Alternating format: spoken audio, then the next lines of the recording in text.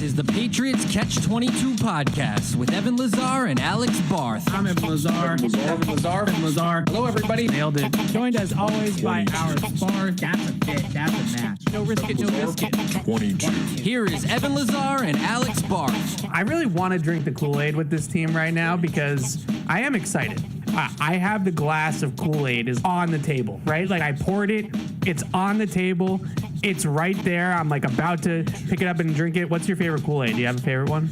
Oh, man, just the lemonade. Yeah, probably. I was going to say lemonade. Yeah. I haven't had Kool-Aid in a long Neither time. have I. But that used to be a summer staple. Maybe I'll bring that back. You going to bring Kool-Aid back? I don't know. Do you know how much sugar's in there? There's a lot of sugar in Kool-Aid. Hello, everybody. It's Evan Lazar, Alex Barth, Patriots Catch-22.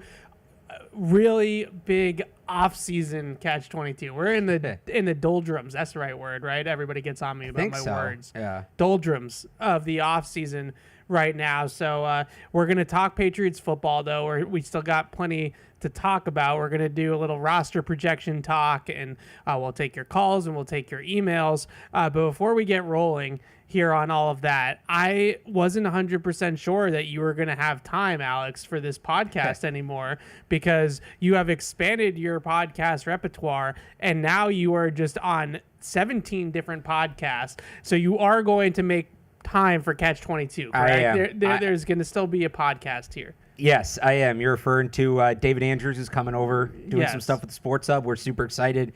He's going to be on with Zolak and Bertrand during football season. Once a week, I believe, is the plan.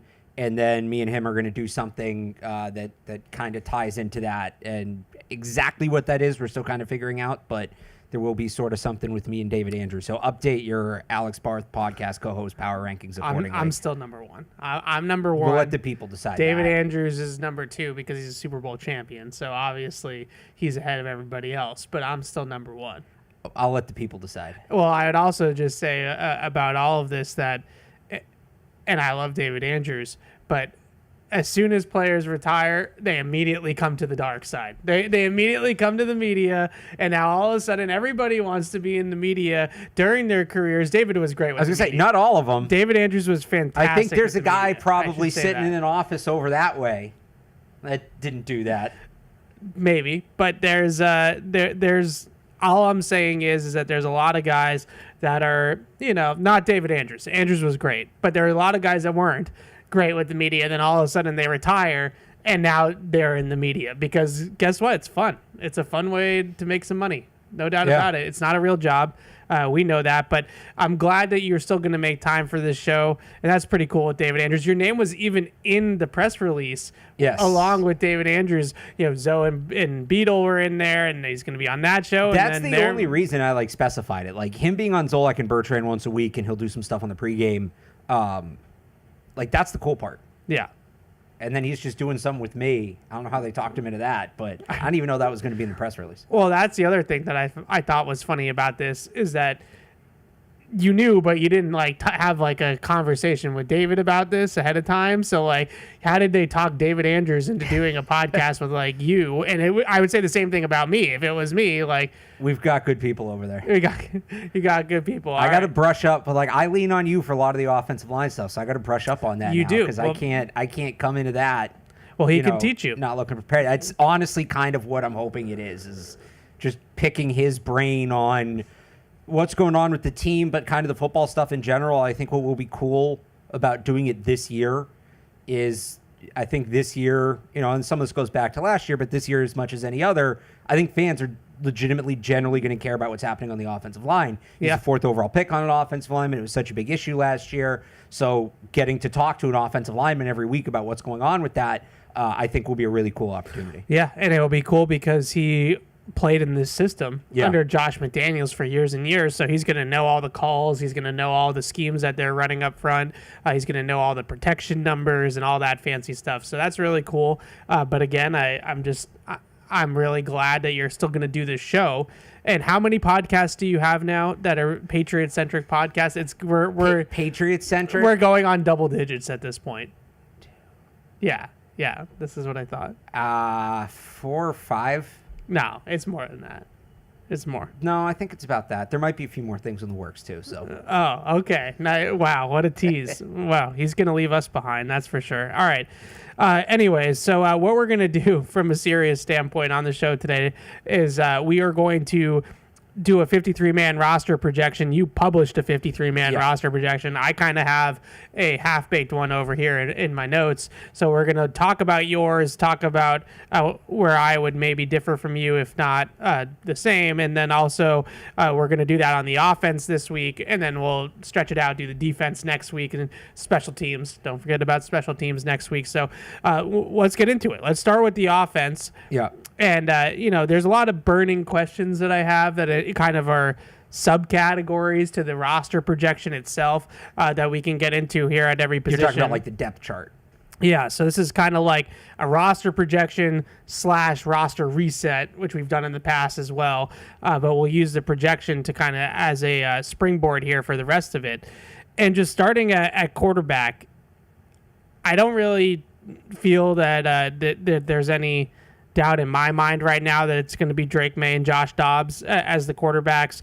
We've talked about this in the past, though, about the emergency third quarterback rule, and is it worth carrying it or not carrying a third quarterback. But right now I have May and Dobbs because if Woolridge is going to make a push to make the roster, then he's going to have to really make a push to make the roster. Yeah. And I don't think we've seen enough to determine that, or there's always the possibility that they sign somebody at the end of the summer that's a veteran that gets cut from another team, and maybe they claim somebody on waivers, for example, or something like that. Yeah, it was a 2-horse race for the MVP in the UFL between a couple quarterbacks this year. Yeah. You remember Jordan Thomas? Yeah, I was going to say, Florida State, right?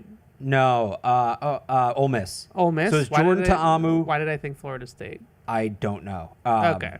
But it was Jordan Ta'amu. You don't remember Bryce Perkins. I think that A little he bit. wouldn't have been really on our draft radar. A little bit. I know the name. But neither one of those guys are really McDaniels fit, so I don't know that it would be them. I just wanted to throw that out there. But yeah, I just have the two. Look, I believed they changed the rule. It's so complicated and hard to find this. Yeah. So you can't name a quarterback on your practice squad the emergency third quarterback, but if you make him one of your 2 game day elevations, then you can. I believe is how the rule is written now. Don't quote me on that. Yeah. They're going to have 3 quarterbacks in the building. Right. Whether or not that third is on the roster or on the practice squad is kind of what we're talking about here. It just didn't seem in the spring. I don't think Ben Woolridge necessarily did anything that was wrong. He just really didn't get a lot of reps. I mean, it was between May and Dobbs, and May got the heavy percentage between those two. But if you combine those two, they probably got, 90% of the team reps, 80, 90% of the team reps? Vast majority. They didn't really work Woolridge in a ton. So, to your point, if he's going to make a push for the 53-man roster, he simply needs more opportunities. There's not enough time there to prove that.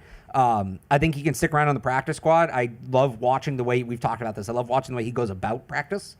I think he does a good job of maximizing the reps that he gets. Yeah. But just as it stands right now, where they're at with other positions, it's hard to justify keeping him on the 53 when you can get him to the practice squad and, let's say, it's a 17-game season. Drake's going to tweak something at some point. Okay, he's playing, but we'd like a little more depth. Will you promote Woolridge that week? I guess you could outright promote him. You don't need to make him the emergency. So I looked it up. That doesn't take a roster spot. That rule about elevating them from the practice squad was vetoed in the last go around of trying to pass that rule. So they still need to be on the 53. So they can't be an elevation. Correct. So maybe that it was a rule proposal that had some steam, but it probably should have passed. It didn't pass. So maybe that helps his case a little bit. But again, it just you make something work that week where maybe you cut somebody and you sign him and then you move him back. We've seen them do that with guys. So, as of right now, outside looking in, I'm not ruling out him making the team just because I'm not ruling out them keeping a third quarterback, period, because of that rule. If they bring in somebody else before or during camp, then that becomes a competition. I don't think it would definitively be him, but I just have him at 2 right now.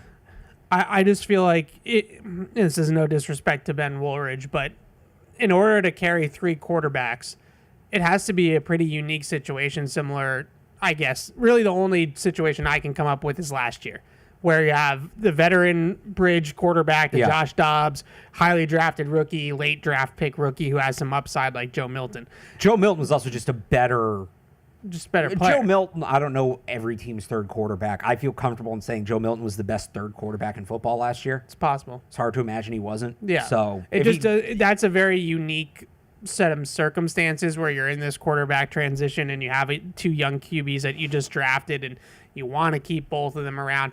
That scenario does not apply to Ben Woolridge. So the only other way that I could see this going, that they carry three quarterbacks as of today, as of June 18th, is if that quarterback is not currently here. Like if that third quarterback is somebody that they just happen to really like that hits waivers and they claim that player on waivers, or he goes unsigned through waivers and then they sign him to the roster after roster cutdowns. We'll see. But Woolridge, he's going to have to earn that spot. So right now we're both kind of in the same boat, Drake May and Josh Dobbs at quarterback. At running back is where I feel like it gets really interesting in a couple of ways. So Ramondre Stevenson and TreVeyon Henderson are locks. They're both going to be here. I believe Antonio Gibson's pretty close to being in that category. Yeah. So I have those three guys on as of right now. And it's similar to what I was saying to Woolridge, but I think he had a better spring than Woolridge did. William Larison started hot. Had a really good rookie minicamp, had a really good spring at the beginning in OTAs. Didn't hear from him as much as the spring wore on. So similar to Chisholm, but I think maybe Chisholm's a little bit ahead. Larison's going to have to show us a little bit more, I believe, to fully make this team, for me to feel good, really good about putting him on the team. But that's question number one. Is it 3 running backs? Is it 4 running backs? Is a big question mark here as well. And then I also think there's a secondary question of, are TreVeyon Henderson and Antonio Gibson too redundant that you don't need to keep both? But 3 or 4 running backs to start. Where are you at there? So I'm at 4. Look, I try to do this as much as if they had to make a decision today. Yeah. Because I don't want to project, camp. Who knows? This was one where I made a little bit of a projection. I have 4 running backs on. To your point about we need to see more from Larison, we really didn't see a ton of special teams work this spring. And I think that's probably where he's going to create his roster spot. He can factor in as a running back, and I think he'd play a little bit of offense if he's on the team. But we've thrown out the Rex Burkhead, Brandon Bolden comparisons, right? And that's the difference between him and Gibson. You asked about Gibson and Henderson being redundant. Are Gibson and Larison redundant?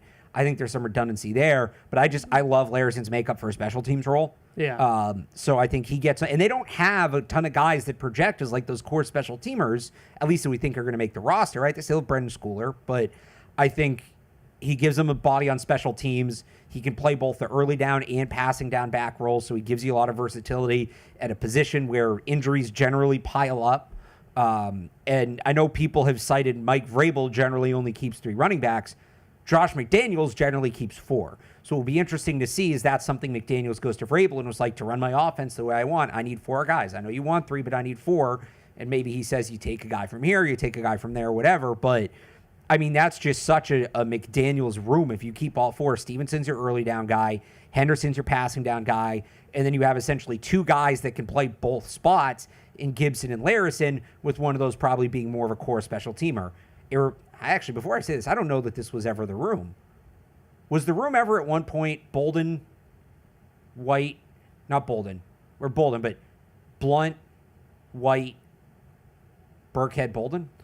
I believe it was Blunt, White, Dion Lewis, Bolden at one point in maybe 2014 through 16 era Patriots, like somewhere around there. That works too. I don't know if Burkhead was in that mix. I feel like with my question, I guess, in terms of how many they'll keep, I currently feel comfortable putting 3 guys on. Stevenson. So in 17, their week 1 roster was Gillislee, who was the power back, and he got hurt. He got a bunch of touchdowns that Gillislee, White, Burkhead, Bolden, and they had Dion Lewis. They kept 5 running backs week 1, 2027. They kept a lot of running backs towards the end of build. Their final roster had, that's also 5. It's the same 5. They had a lot of running backs towards the end of build because of the Steven Jackson year. I don't think he ever wanted to go back down that road. And if you remember was it 18 where that Cordell Patterson had to play some running back because they ran out of running backs. So Bill was very wary of running out of running backs. Well, but all the more reason I think Josh goes there and says, like, Stevenson struggled to stay healthy. Henderson struggled to stay healthy at Ohio State. That was kind of the one big knock on him was the durability. All the more reason to keep 4 guys. Like, there's a really strong case. I get Vrabel usually keeps 3. You can use that trend sort of, but also he had Derrick Henry. That sort of skews things. Whereas Derrick Henry's a tank. They don't have Derrick Henry on this roster. I like the running backs they have. They don't have Derrick Henry. This group, I think, speaks more towards keeping 4 guys. So the other question, which I think is definitely related to the number of running backs that they're going to keep, is Ramondre is very clearly his own thing. He has his own skill set, early down power back type of skill set, ideally, and you can see that. Then you get into the Henderson, Larison, Gibson category, and there's a lot of crossover there. And there's always 2 roles that we talk about with the early down and the pass game back, but there's also that, which we've talked about in the past, is kind of like that Burkhead thing of the sub package back, right? Yeah. Or really the sub package back is the best way to put it, where it's not solely just a passing game role, but it's 11 personnel, shotgun formation, defenses in nickel or dime, and you're not early down under center offense. It's not your base offense. It's a sub package offense. And my question there is there a world where TreVeyon Henderson is just so darn good that he's both? That he's the sub package back and he's the pass game back? We also saw them run a lot of pony this spring, so that could right. But impact us. When I look at pony, like Ramondre and Henderson, they fit so well together. Like that's part of the appeal of drafting Henderson. But are there going to be times where they want Henderson and Gibson or Henderson and Larison? Like we would see them go pony with James White and Rex Burkhead. So I have back in the day, right? And I'm sure they would, but then it stands the question that comes up with that is it Gibson or Larison? Like, do you need all 3 of those guys when all 3 of those guys are probably going to play very similar roles? And there's not going to be enough snaps to go around for all 3 of them. I guess, do you need all 3 of those guys in any given game? Probably not. Will you end up needing those 3 guys over the course of a 17-game season? Yes, I think so. Like, Larison might make the team and be a healthy scratch some weeks. Right. But I still think he's a guy that you keep around because there are going to be weeks that you do need him. Okay, you're selling me. I don't want to move on from Gibson. I don't either. And maybe this is just the nerd in me, but a lot of the metrics last year were really good for him. Yards after contact, things like that. He was a better running back last year than Ramondre Stevenson. They should have played him. That's just a fact. One of their big. He was a better, more efficient, more productive runner than Ramondre was last year. And as much as I'm excited about TreVeyon Henderson, and we're all excited about TreVeyon Henderson, you don't want to say, use what they said this offseason, Elliot Wolf said about Jalen Polk. You don't want a Jalen Polk, TreVeyon Henderson, where it's like all on TreVeyon Henderson to do it all in the backfield. I know I'll have Ramondre, but you know what I mean in terms of that kind of role and those types of situations, because I definitely think that there's a world where TreVeyon Henderson might not have more touches than Ramondre Stevenson by the end of the season, but he might have more snaps than Ramondre Stevenson by the end of the season. Yeah.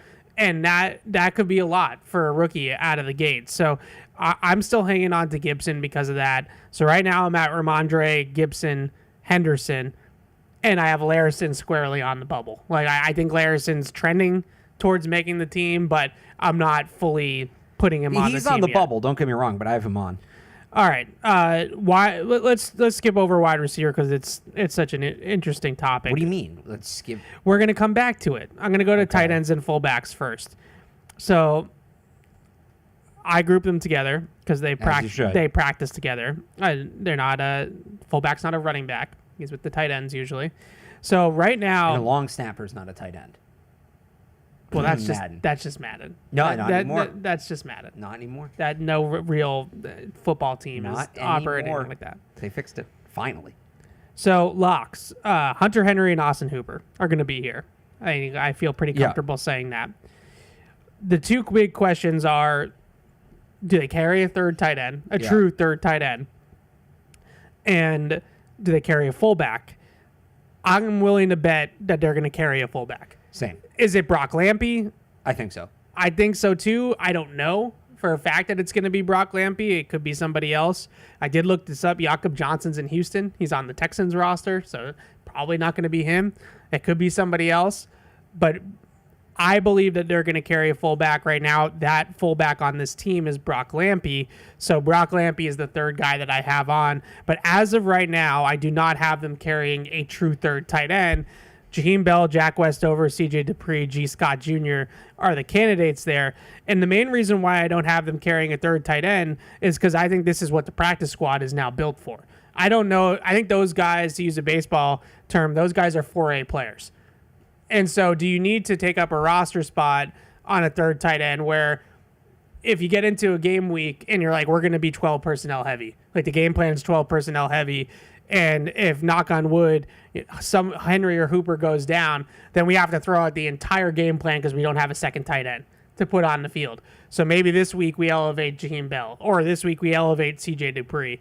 I just don't know if those guys are going to be sought after commodities enough to have to keep them on the initial 53-man roster. So right now I have Henry, Hooper, and Brock Lampy.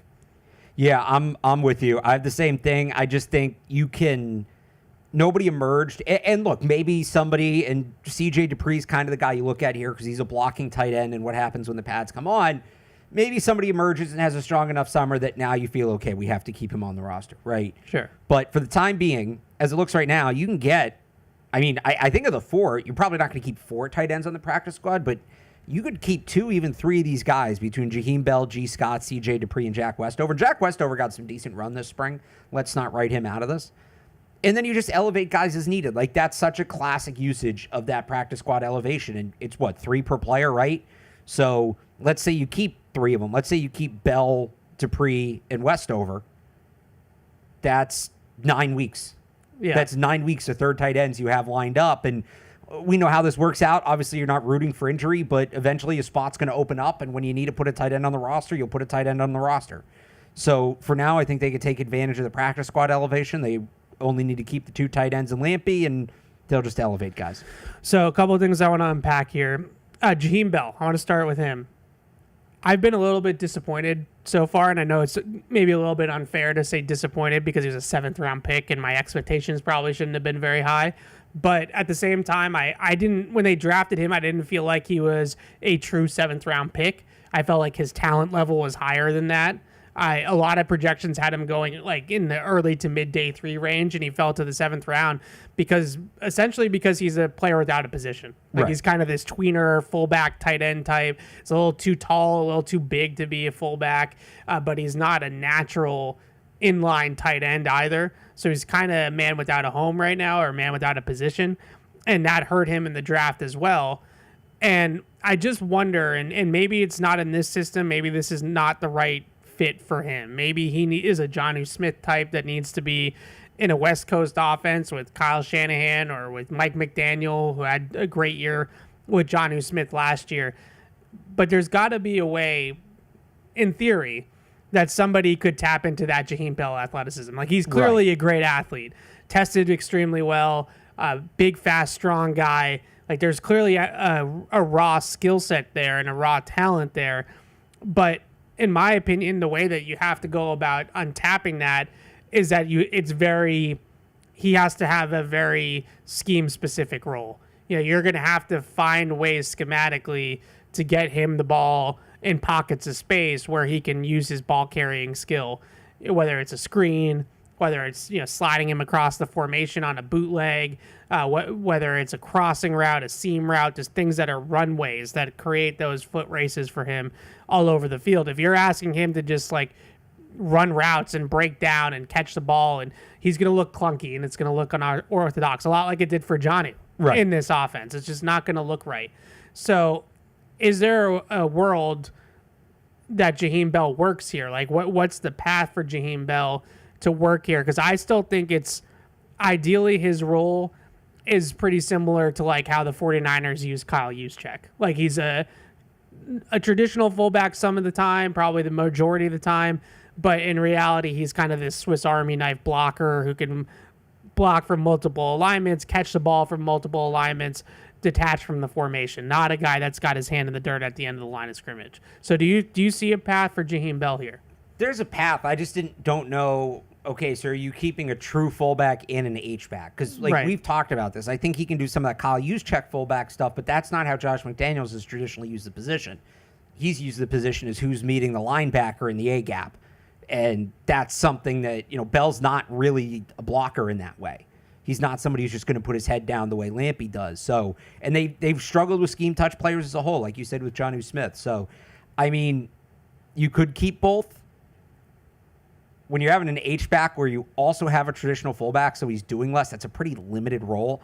I don't know if you're using a roster spot on that, but that's what they would have to deem that one role. And he probably has played a ton of special teams.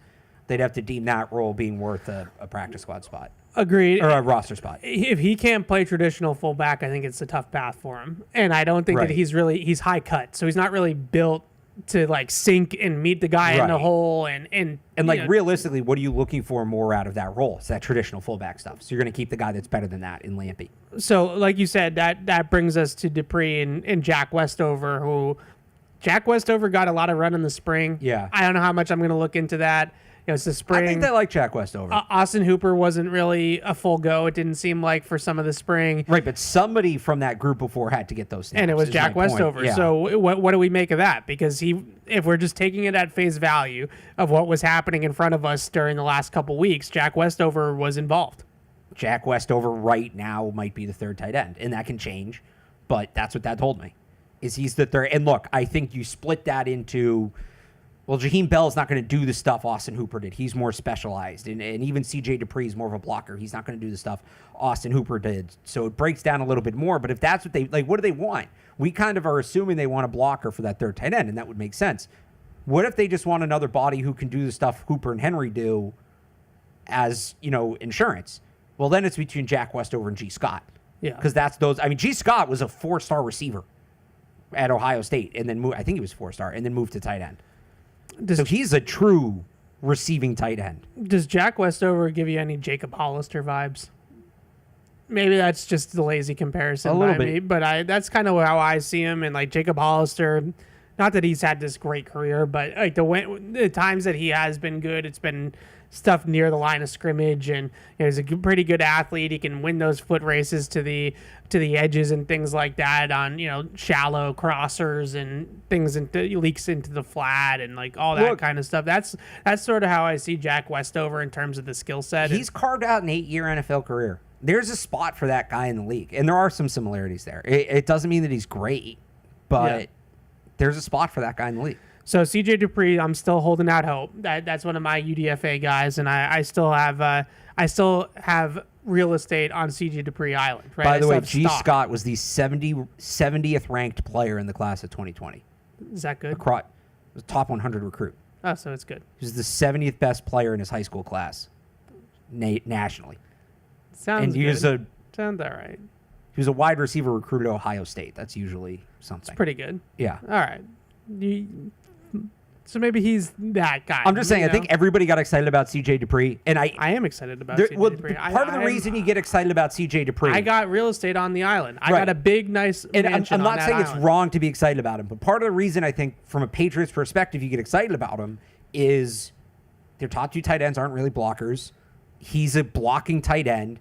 It makes a lot of sense. There's a clear path there. The path for G. Scott maybe isn't as clear, but that's not to say he's not it's not to say he's a scrub. There is something there. It's just a matter. We are all assuming, again, the Patriots want a blocking tight end in that role. That's what I would do personally. And there's logic for them doing that. What if we're wrong in assuming that? What if they want a third receiving tight end? If that's what it is, then it's Westover or G. Scott over Dupree. Because if you're looking for a guy that, if Hunter Henry goes down or Austin Hooper goes down, and we want a guy that we can put out in the pattern, those are the guys you're going to give the role to. Yeah. Which is, again, I think all the more reason that you're keeping as many of those guys as you can on the practice squad to have them ready if that situation occurs. So the last thing I wanted to unpack here at this position before we move on, the fullback.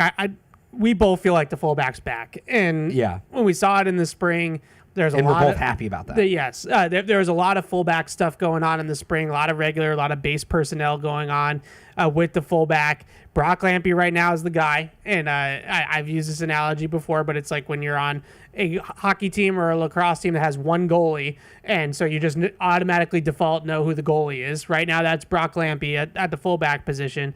And the one thing that always excites me about the fullback and the usage of the fullback, and I should just say from a numbers standpoint, the last two Josh McDaniels offenses for the full season, he got fired mid-season in Vegas. So 21 and 22 with the Patriots and with the Raiders. Both offenses were top 5 in the league in 21 personnel usage. So 2 running backs or 2 backs in the backfield, 1 tight end, usually a running back and a fullback. So both times, by the way, Jakob Johnson was the fullback, right? So they have a type. They've used it at one of the highest clips in the league. We saw it in the spring. It would be an upset at this point to say that there would be no fullback in this offense moving forward. The fullback has a lot of schematic advantages that I've asked a lot of people about over the years. And the biggest one from just a true X's and O's standpoint is that the fullback can go both ways, right? Like a tight end that's lined up on the line of scrimmage, it's harder for that tight end to now, let's say he's lined up on the right side of the formation. It's hard to get him over to the left side of the formation, right? And so as a defense, when you start to mirror what the offense is doing defensively, like you're going to be tilted mostly towards the strong side of the formation where that extra tight end is from a front standpoint. So with the fullback, there's an unpredictable element because he's lined up, if you're power eye, right, he's lined up right in front of the running back, and they could go left or they could go right just as easily. There's no tell there. The other thing that I really like about the fullback that I'm glad that it's back, well, I should also say, he's also just a freaking battering ram up the middle of the field for the running back. Oh, this for Mr. Caveman football. We're going to crack heads. That helps. Having that. So now you're into caveman football, beacon, cracking heads. That light. I think. What did they describe James Devlin as? Like a green light. Like follow the light, right? Follow James Devlin. That does make your job easier as a running back. I just so I'm clear on where you stand, because you're usually. Well, it's got to be more than just crash heads, smash mouth football. A seal here and a seal here. All right, but this is what you're describing, and you sound very excited about it. I am excited about it. Okay. So I'm very excited about it. Because the real reason why I'm excited about it, Alex, is because using the fullback to get those, again, I'll go baseball, to get the singles, to get on base is great. But using the fullback in play action for the home runs is really what you're trying to set up. Well, that's fitting because the nerds hate singles. You're just you're really trying to set up the big pass. Yeah. That's really what you're trying to do. Well, and it makes it easier because if you have the fullback on the field, the defense either has to get bigger defensively, which is going to make it easier to pass the football, or get smaller, and then you just run it. That's what the 2018 Patriots did because they had Tom Brady. And look, the Patriots don't have Tom Brady now, but they put the fullback on the field. The defense wasn't willing to go to a bigger package because they didn't want Brady carving them up. So they just ran it down everybody's throats for 60 minutes. So there's the advantage, like you just said, of matching personnel. Base on base or nickel or dime on base, and then you run the ball base on base, you throw the ball. There's all sorts of really great advantages for the offense of being in a base formation, being in a run formation with base personnel, and then throwing out of that base personnel. It's probably the best way to throw the football if you have the base personnel to do it at a high level. It can be really prolific. And the other thing with the fullback, just from a post-snap perspective, is that now you can mimic the run plays and you can make all of it look the same. So we just talked about how it's easier to run behind the fullback and go right up the middle of the gut of the defense with the fullback leading the way. Well, now you have the fullback go right up the gut of the middle of the defense, but now it's play action. And so those linebackers have no choice most of the time but to react to that action, step up downhill into the line of scrimmage, and that's when you get the crossers, the seam routes. Gronk up the seam off the the lead action is just like a classic vintage McDaniels play. So I'm a big fullback guy. I think there's a lot of schematic advantages to having the fullback. I'm glad that they're bringing the fullback back. Their short yardage offense, too, their power numbers are so much better in the fullback era than the non-fullback era recently. Again, that's more to the first point of you just have that battering ram in front of everybody, but short yardage, goal line, power numbers much better. Throwing out of base personnel with the fullback in the backfield can be really efficient offense. So I'm all for the fullback coming back, and I think we're getting that. So that's tight end / fullback. We're both at Henry, Hooper, Brock Lampy for the time being. Let's get to offensive line, which is a beefy position.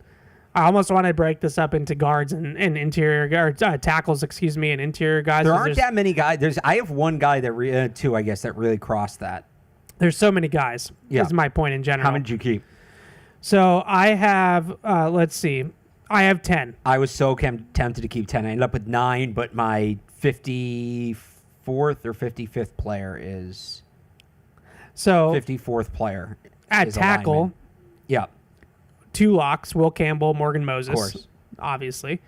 I do have Caden Wallace on right now. Yep. And I think that there's some flexibility there with him being able to play some guard like we saw in the spring too. So I think he's going to stick around. As of right now, I have Vidarian Lowe on. The main reason why I have Vidarian Lowe on is I just don't, until I see Caden Wallace, you don't have a backup left tackle. Exactly. I don't who's truly the backup left tackle out of this group. And then I also have them holding on to Marcus Bryant as a developmental player, but you're not putting Marcus Bryant. So you have them keeping 5 tackles? 5 tackles. Wow. Okay. Because I feel like Caden Wallace is more at this point like a flex or a swing player, inside outside. Caden Wallace is right tackle combo guard. I don't think you're putting Caden Wallace at left tackle unless it's an emergency. Agreed. And I put Marcus Bryant at left tackle before I put Caden Wallace there, I think. I would probably too. And then Vidarian Lowe, I have there.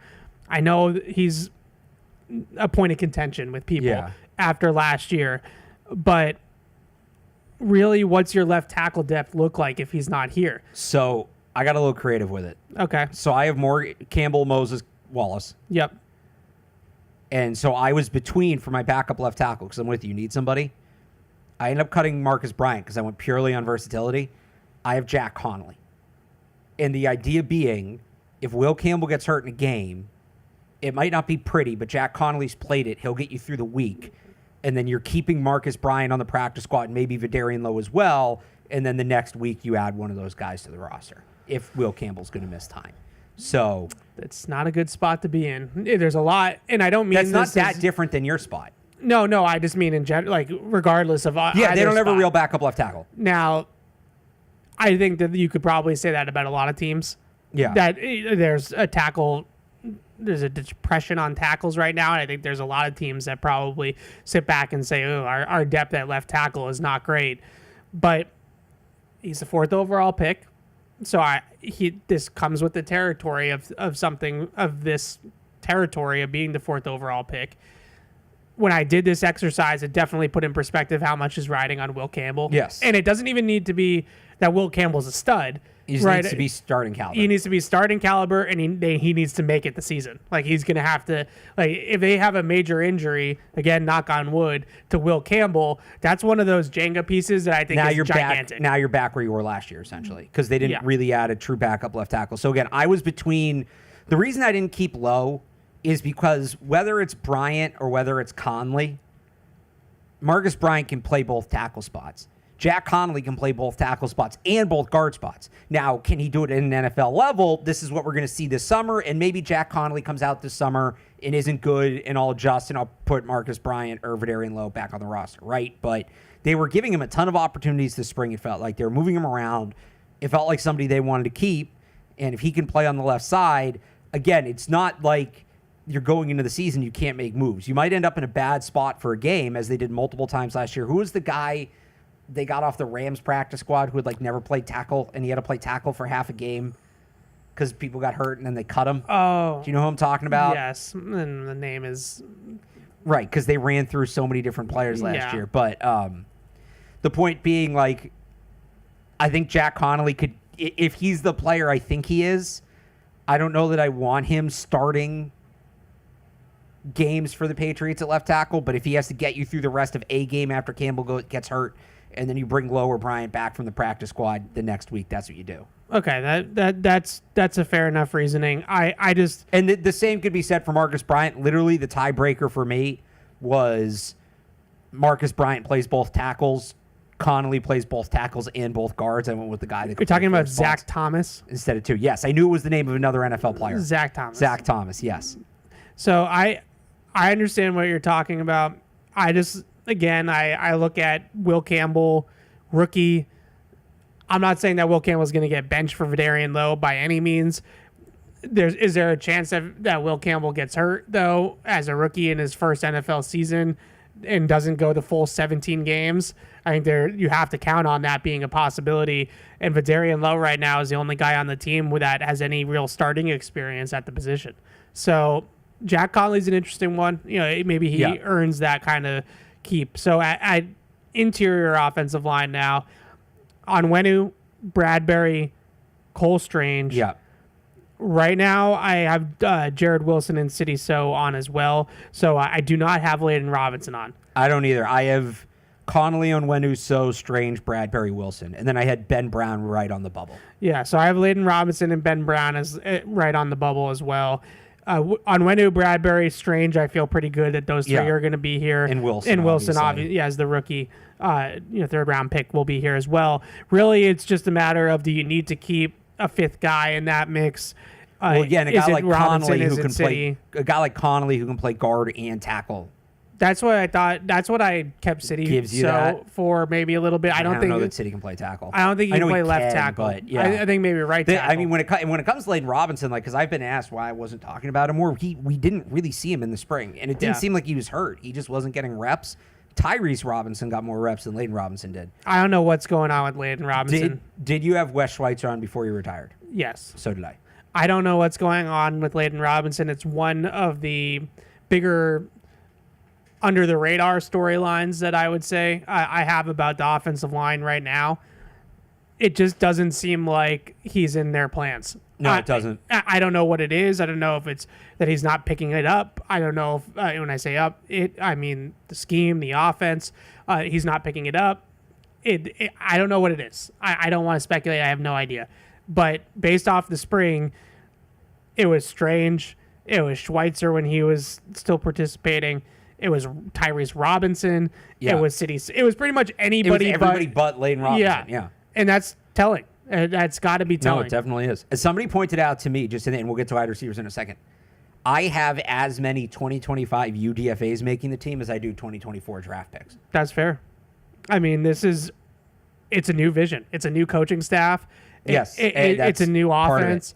You have to think in terms of everybody on this team is starting from square one with Mike Vrabel. You have not done anything for Mike Vrabel yet. So yeah, it just doesn't, there's no sacred cows because of that, besides, maybe like Drake May and right. Christian Gonzalez. But there's really no sacred cows when it comes to these kinds of guys. So the other thing that I find a little bit interesting about this offensive line is just how the weight is going to be distributed.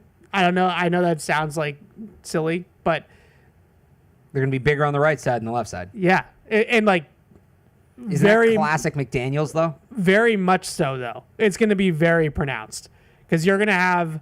Not if they plug City in at left guard. Well, that's sort of where I'm getting at, because if that's who I've wanted to be in that. If role. It's Will Campbell, Cole Strange, Garrett Bradbury at center, I know Garrett Bradbury is in the middle. I get it, right? Yeah. But if that's sort of your three on the left side when you're going that direction, that's pretty small. It's pretty small. Yeah. So then on the right side, you have the house that is Morgan Moses, and you have the cinder block that is Mike Onwenu. You have like 800 pounds of human being on the right side, and then you have like these svelte athletic offensive linemen on the left side. It's not the worst thing in the world in terms of flexibility, and I would agree. In the past, they had Solder and Tooney, and then Mason and Cannon. Like it was similar to that. What they do. It's more pronounced than that, though. All right, fair enough. But it's similar. But it is something that I think about because next to Campbell, just to go back to the draft conversation a little bit, the wingspan stuff. The big thing about the wingspan number was it's his girth, right? It's like how wide of a body he is and how much space that he takes up. So if he's at left tackle, Will Campbell, which he's going to be, and then Cole Strange is your left guard, you're just narrow. You're just not taking up a whole lot of space from a natural standpoint. So I've always thought that it made a lot more sense to have a bigger guard play next to Will Campbell. On top of that, he's also playing next to Garrett Bradbury, who is also a smaller guy.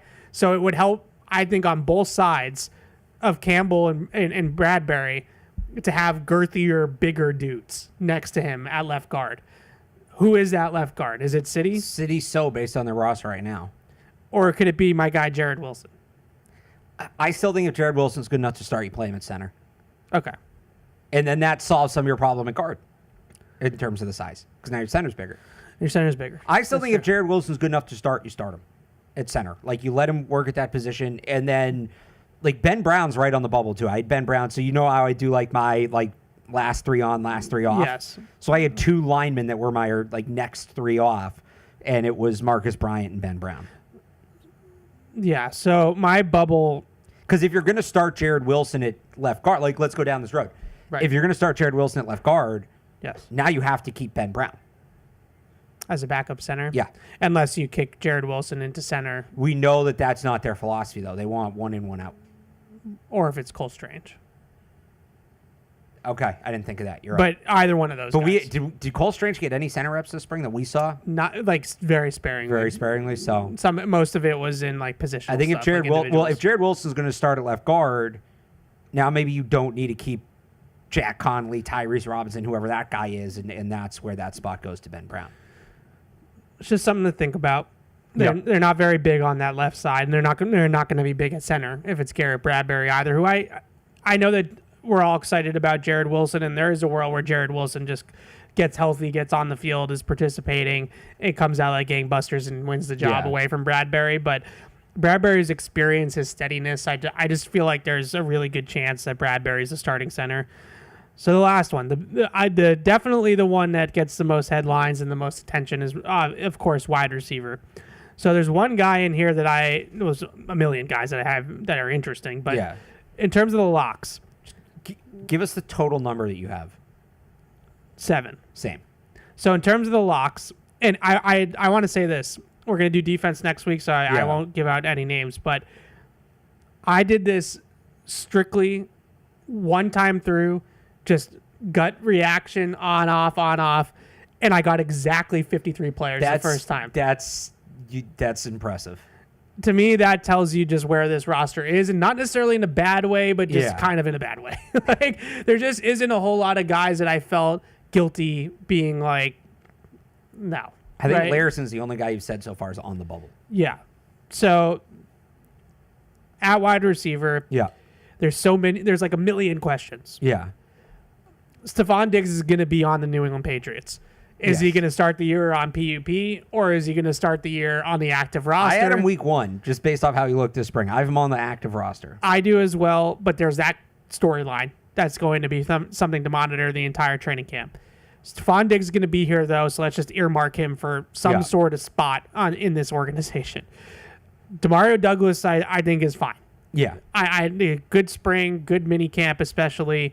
I don't think Demario Douglas is going anywhere. And, of course, Kyle Williams is not going anywhere either as a third-round pick.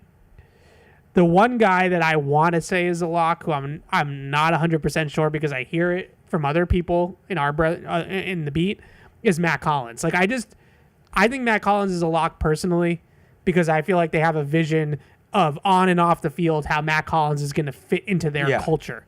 And they want to change the culture of the team, but they specifically have to know that room was a mess last year, and they have to specifically attack the culture of the wide receiver room as well. Yeah. So even if Matt Collins isn't as individually talented as a Javon Baker or as Jalen Polk or even as a Kendrick Bourne or someone like that, he has a role. Like, he has a purpose on this team that I just don't think that they're going to shake from because I think the culture stuff is too important to them. And the special team stuff, too. No, I'm with you. He's with him, too, because he didn't participate in the spring He did less than Diggs. Yeah. So if we're talking about and it's different injuries, so I know this isn't like apples to apples, but if we're talking about Diggs maybe being on PUP week 1, what is that? Like, I was tempted to put Matt Collins on PUP. I kept him. I gave him a week 1 spot because, I don't know, it hasn't been reported that he could miss the start of the season. I feel like we would have heard something like that by now. So I have him and Diggs on the week 1 roster ready to go. And I'm also not ruling out or discarding the fact that he had a really good year with Josh McDaniels in Vegas not too long ago. I did have one guy starting the year on IR, but we can get to that. Stephon Diggs, Yeah. Matt Collins, Demario Douglas, Kyle Williams. Yeah.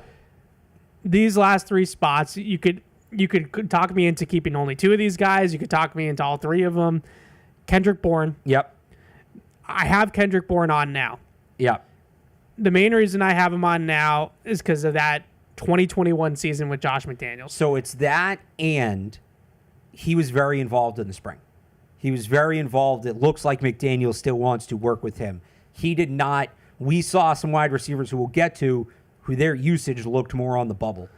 Kendrick Bourne's usage, now this is without Diggs and without Matt Collins, so it does come with an asterisk. But Bourne's usage was not that of a player that's on the bubble. I agree. And he's a pure Z, which is what Stephon Diggs, I think, will ideally play in this offense long term. Play little X. But as a pure Z, I guess my point is that if Diggs isn't 100% healthy, Sure. Kendrick Bourne is a quote unquote NFL player at that spot. So that allows him He's a to pretty good backup if he's your backup. Right. Like, I don't think that's Demario Douglas. It could be Kyle Williams in theory. I think they want Kyle Williams to play the X. So do I, which worries me a little bit. And it's certainly not Matt Collins. Matt Collins is a big slot or X receiver, so that's not him. I have Kayshon Boutte on. I do too. Rapport with May is important here. Ability to play on the outside is important here. Yep. We saw it all spring long. It's just there's really, unless it's Diggs and Diggs is the full-time X, which is definitely possible, there just isn't really we saw it so much in the spring and last season of just that's who's on the outside is Kayshon Boutte. He has a clear rapport with Drake May. I think that's important. He's one of those guys from last year that did have some productive moments with Drake May at quarterback. And then you have to have an outside X. You have to have somebody that can play that role. And Kayshon Boutte can do it. So I have Kayshon Boutte on. And then I do have Efton Chisholm on as of right now. Yep. Same. Just McDaniels binky. Like it just feels like that is just too perfect. Like unless he completely falls off a cliff in the training camp when the pads come on and we don't even see him for like the last 3 weeks of camp, maybe that happens to him. But as of right now, the skill set is just too much of a fit for me to write it off. So Stephon Diggs, Matt Collins, Demario Douglas, Kyle Williams, Kendrick Bourne, Kayshon Boutte, Efton Chisholm. Feels one heavy. I would definitely be on the lookout for a Bourne or a Boutte trade. I think that's possible to kind of get this number down to 6. We didn't say Jalen Polk or Javon Baker. So I don't think any of those 7 guys are getting cut. If you tell me one of them is getting traded, sure, I could see that. I don't think any of those 7 are getting cut. You mentioned Jalen Polk. Didn't say either one of those guys on the team. You just said that we didn't say them. Yeah. So I had Jalen Polk opening on IR. Me too. He's coming back from that shoulder injury. They now have this new thing where you can place a player on IR ahead. You don't have to keep him on the 53 ahead of roster cuts, designate him return. You get 2 such players. Now we'll see. Maybe injuries mount in camp, but he's working his way back from his shoulder injury. And then you kind of see they're not going to carry 7 wide receivers for 18 weeks. But because there's so much uncertainty, it gives you a chance to let things play out. And then you see as the season goes on who the odd men out are. And putting Polk on IR kind of extends the opportunity to do that. 100%. It extends the window of essentially you're kicking the decision down the road of potentially having to move on from a second-round pick early on his rookie contract. You're kicking the decision down the road. You have that ability, that flexibility now that he's still here. If somebody gets hurt, if a roster spot opens up, he's healthy, he's looking good in practice, like all those things are starting to line up for him. You activate him, you put him on the team, and you see what happens. It just makes it more digestible for the whole room to just kind of hold your water a little bit on Jalen Polk and not have him on the roster. Javon Baker's the other one. It's a tough world right now for Javon Baker. He didn't get a ton of reps in the spring that you'd want if you're a player competing for a roster spot. We know he struggled with the offense last year. This is more complex. Like maybe they keep him on the practice squad, but I don't see the spot for him on this team. Neither do I. And I like the talent. I love the pick. I thought it was the right pick at the time to just bet on the upside and bet on the talent. It just hasn't worked so far, at least. It hasn't stuck. But to summarize, so this is our room right now. I think we're both in the same boat. Stephon Diggs, Matt Collins, Demario Douglas, Kyle Williams, Kendrick Bourne, Kayshon Boutte, Efton Chisholm. Yeah. One of those guys getting traded. That's my prediction. Probably. It's too many. You can't carry 7 receivers. It's or too somebody many. gets hurt. Like, you never know. So that's your roster projection right now for the offense. We were pretty close. You had, I think you had Conley. I had so I believe it was. Oh no, I had so too. Or was it was one of those? No, I did not have Conley. Running back. You kept 3. No, I'm 2 players ahead of you because I kept Larison and Conley. Yes. Oh, you kept Vidarian Lowe.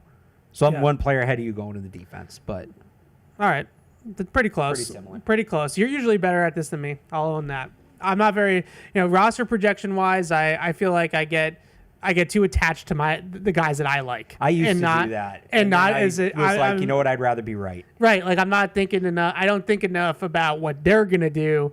I think about I like this guy the most, so I would keep this guy on the team. And it's not, as everybody knows, I am not the one making the decisions of who's staying on the team and This who's is why not. when we run a team, you'll be the coach, I'll be the GM. All right, so we're going to open it up now to your calls and emails. We have a lot of emails coming in. A couple congratulations for you, by the way, for your David Andrews podcast. I mean, congrats to him for starting this next phase. I don't know. What a suck up. No, I'm serious. People were congratulating me yesterday. I appreciate it, but it's also I don't know. It's cool. You're in a press release. That's cool. All right, there we go. But before we get into all your lovely calls and emails, I was wearing mine yesterday, so I'm not going to wear it 2 days in a row. But Brunt sent us some great stuff and a great quarter zip that I am definitely going to wear. Like sometimes I'm a little picky with my clothes. I wear the same Vineyard Vines polo all summer long, just different colors. And I'm The whale is back. That's what they're saying. The whale is back. Way to hype up another clothing company during the ad read, by the way. I This didn't is even. a real good job. Well, the point of me bringing it up was that I really liked the clothes that Brunt sent me. So, based right here in New England, Brunt Workwear makes work boots and apparel that are built for the job site. Their gear is comfortable, durable, and named after the real workers in the trades that helped design it. You can even try Brunt on the job, and if it doesn't blow you away, they let you send it back. Save $10 on your first order at bruntworkwear.com/Pats or with coupon code PATS. I did that last week too with the other furniture company. I remember that. And not the furniture company. Attention team, the 4th of July is around the corner and you can stock up on everything you need to host a winning weekend to get together at Bob's Discount Furniture. Bob's Discount Furniture, the furniture store of the New England Patriots. Join Bob's for the 4th celebration. That's a mouthful. And shop must-haves for every room, like featured packs, sectionals, perfect for hosting party-ready dining sets, and Consumer Reports recommended mattresses at unbelievable values. Cue the fireworks, so stop in and get a holiday weekend ready at Bob's Discount Furniture, the official furniture store of the New England Patriots. When they update the reads, I really should read them ahead of time. You should. Flawless execution. Because Throwing the salespeople under the bus. I should read them ahead of time because I'm much better at reading it when I've read it ahead of time. When I don't read it ahead of time, What you usually want to read it ahead of time. Any copy you're going to read on the air, you usually try to read ahead of time. Honestly, man, those segues are awesome. Great segues. thank you. This Alex is being nice to me. This Alex is not being nice to me about my segues. I'm just You had giving you to point my out radio that I opinion. was giving praise to another clothes company You while had to reading point an ad. out another company. I was saying that I'm very I'm just picky saying with that my was an clothes, and I interesting like decision. the Brunt workwear. That's what I Right, was you saying. could have said that part. If you had said that part, it would have been a great read. You just went a little too far with it. I went a little You too got far. a little too comfortable with it. You're right. Okay, I'll work on that for next time. Should we take these phone calls? Let's take the calls. All right. Nate is in Connecticut. What's up, Nate? Hey guys, can you guys hear me well? Yep. Yeah, we got you. Okay. I know I called in yesterday and my phone quality wasn't the best, so I'm hoping it's better today. Sounds good. But anyways, my question for you guys is: have we heard any update on Terrell Williams? I know he has had contact with the team, but he hasn't been in the facilities in person. Any more update on that? And my second question for you guys is, what would you consider a successful season? Is it 10 wins, 8 wins, 7 wins, or just a winning record? Thank you, guys. Thanks for the call, Nate. Much better phone today. Yesterday was not Nate's best phone performance. Today was much better. Terrell Williams, Mike Vrabel seemed cautiously optimistic, I guess I would say, at the end of minicamp. Terrell Williams will be here soon and will be ready to coach for training camp. But it's something that just in terms of attendance, unfortunately, given the situation, that it's a health situation, he is now on the list of attendance that we have to check on July 23rd of whether or not he is here. But I would say cautiously optimistic that he will be out there based off of what Vrabel said. Yeah, we haven't heard. That was the last update we've gotten. So yeah, in terms of our expectations for the season, that's one that I've struggled with a little bit because I said it at the beginning of the last show. I want to be all in on this team. I think they have a lot more talent. I think they have significantly better coaching, and I'm optimistic about what they have in front of them.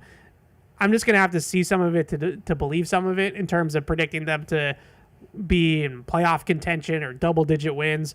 I'm probably right now at like an 8-9 season. So for me, it's just I don't know that I can give you a number. I think it's more, and I've laid out in the past, Evan, my like timeline for a rebuild and a rookie quarterback contract. Be in the mix for a playoff spot.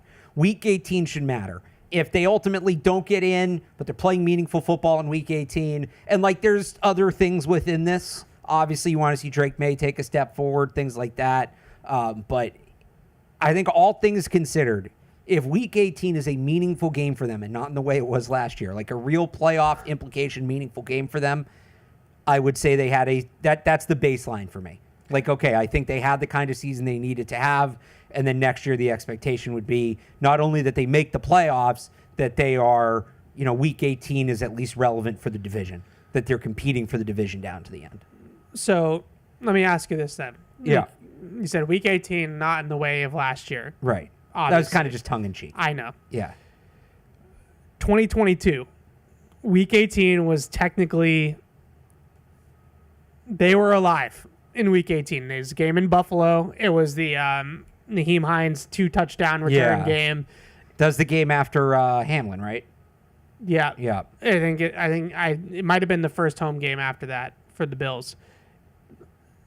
Technically speaking, I believe if they had won that game in 2022, they were going to go to the playoffs. They needed help. I think they needed help. They had to win and something else had to happen. But is that meaningful enough? If it's something like that, because that team to me was already on the downward, and you could tell that they were going in the wrong direction. So a lot of it is what it looks like. So right? kind of, I guess that's a fair question. Look, they started 6-4, and then went 5-2 down the stretch. And so this was 2-5. You mean 2-5? Yeah. So this is something I'd go to with that. The operational stuff, like I just want to see signs that they've taken progress. Going back to the end of Bill, they've not been good in November and December.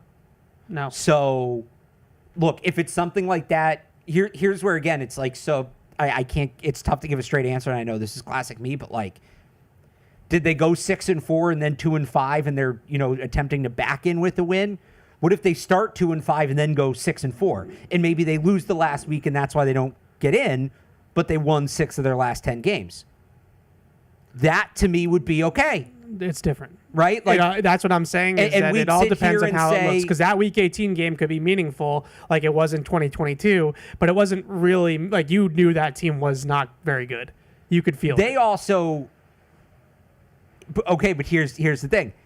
If they hadn't overachieved in 21, if they had won 4 games in 21 and then had that season, we would look at that a lot differently. It's because they regressed. I find it really hard to believe that this team is going to show regression. And if they do, they're not flirting with the playoff spot. We'll know by Halloween that they're not in the playoffs. So, it's a fair point. So I'll tell you these two things. Be in the mix for a playoff spot in Week 18 and be better at the end of the season than they are at the beginning of it. I like it. If they do those two things, and Drake May shows some sign of progression within the team showing progression, it's a successful season to me. We are, and we got an email about this, we are in the minority in a lot of ways with our feelings on the team. Like there's some people that think that we're too low on the team. I had them at 10 wins on the schedule release day. But I said they should win 10 games. That doesn't mean they will. I said they should win 10 games. But that whole take that I agree with about what would deem a successful season, to a lot of people that would not be a successful season. We're talking about I think 8-9 wins, and yeah, it's pointing upwards, but they're still not a playoff team, and that a lot of people would be disappointed with that. I think that's great growth. I think that's over at least double, if not over double, the wins that they had last year. It's arrows pointing up. By the way, great growth. 9 wins might get you in the playoffs in this AFC. The conference sucks. It's good at the top. It sucks in the middle. In the bottom. It sucks. And they don't, the 3 good teams at the top? Yeah. Well, I guess they played the Bills twice, so that doesn't help them. But They do. Oh, the Bills are a good team now? relative to the conference where it stands right now, yeah, they're a little better than the Cleveland Browns. All right, let's take Patty in Agawam. What's up, Patty? What's up, guys? I'll go over a few things. First thing, getting into the wins, I'd be happy with anything over 7 wins. 7 wins or more, just as long as they don't start out 7-0 and end up the season 7-10. I just want to see growth, and especially growth from Drake May. Like I said on a previous show, I don't think this is going to be his breakout year, but I do think he's going to improve. And as long as they steadily improve, I'll be happy with that. My second thing I want to get into, I know it's way too early, but I'm giving you my Super Bowl picks this year. Oh. I'm picking the Ravens to go up against the Rams, and I am taking in an all-time classic, your guy. He was my guy, too, for a little bit, too, but Lamar, Super Bowl MVP. And the last thing I want to cover is I know there's only one Saturday training camp that's open to the public, and I'm looking to attend it. And if it's possible, I know you guys are going to be busy watching the practices, and you're going to have to do your writing and probably get on video afterwards. But if I do end up going, I would like to pop in and just say what's up to you guys, if that's possible. If not, no big deal, But Absolutely. Is it possible? So what my recommendation, maybe I shouldn't tell everybody the secret of how to crash the media tent, but Yeah, I wouldn't. I simply wouldn't. My recommendation would be if you're going to do that, I would say before practice is probably the move. I think after practice we do get pretty busy, but before practice we could definitely say a quick hello for sure. Yeah, if you come over by the media tent All right. there, that's usually. Yeah, I'm gonna keep that. Call in like the week before to remind us. Yeah, absolutely, Pat. I will. I promise. I will, guys. Yeah. I call in almost every week. It's been a little bit crazy. That's why I've been calling in a couple weeks. But work and family life gets to you after a certain point. As Evan, you're going to soon find out. Alex, stay single as long as you can, buddy. That's all I got to say. tell him that Talk to every you guys day. next week. Speaking of Thanks, that Patty. Super Bowl projection, we do have a little NFL breaking news, Very Okay. bold. and this kind of goes Very to bold. my point about the AFC kind of sucking and the haves and the have-nots. Jair Alexander has signed with the Baltimore Ravens. There's Patty got some reinforcements for you. How about that? That's a good move for Lamar's going to get his. And I was not a Lamar guy at the beginning. It's true. My hot take was that Lamar Jackson and Josh Allen were very similar players that did kind of, in terms of their ability, that take bode well. Not the way I meant it to, but it bode well. You were saying that because you thought they were bad. I thought, yes. And now they both have MVPs. Well, one has 2 real MVPs and one has a fraudulent MVP that should have been the other's third, but I digress. The Ravens It always has to be a backhanded compliment. are the Ravens. That's not remotely a compliment. It was a fraud MVP. Man, Lamar Jackson's going to be a Marino. He's just going to be a career Dan Marino. Are the Ravens could see that. the best team in the AFC? They should be. Yeah.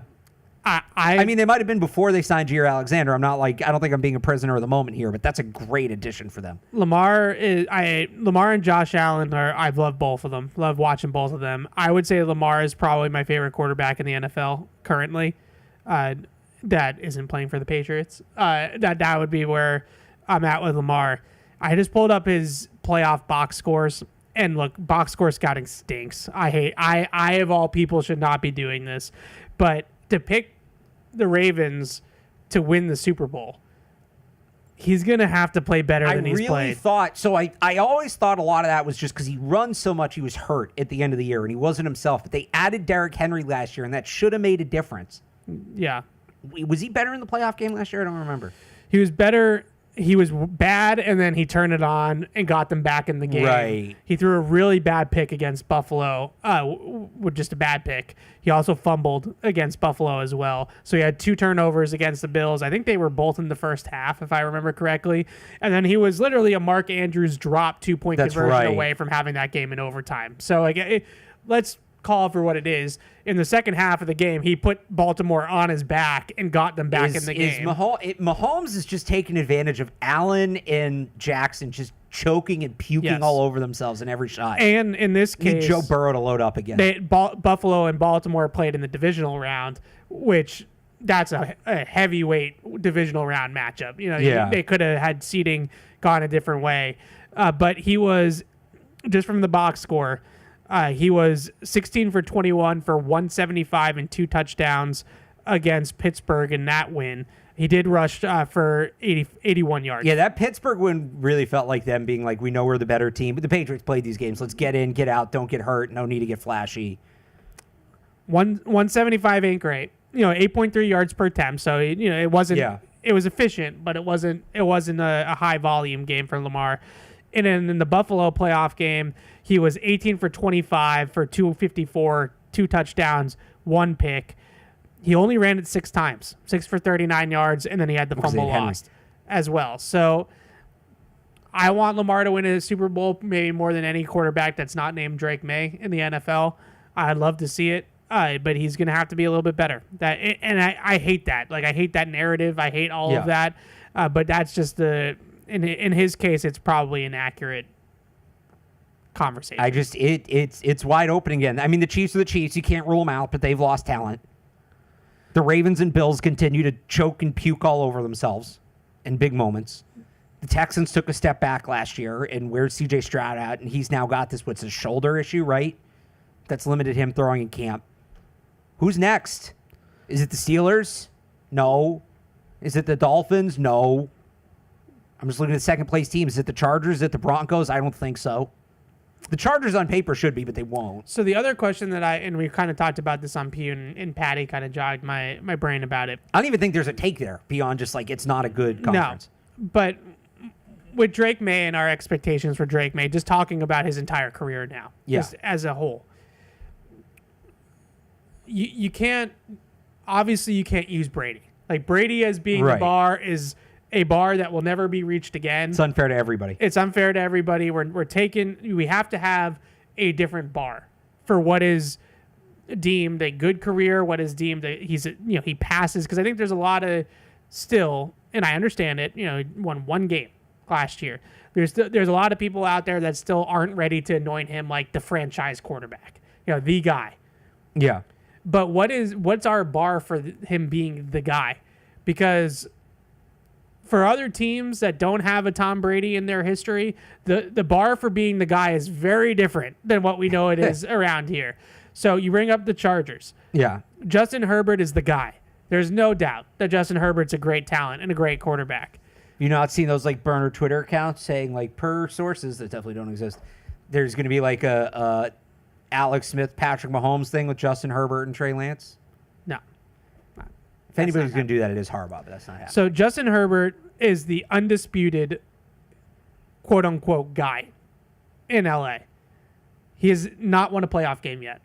He's 0-2 in the playoffs.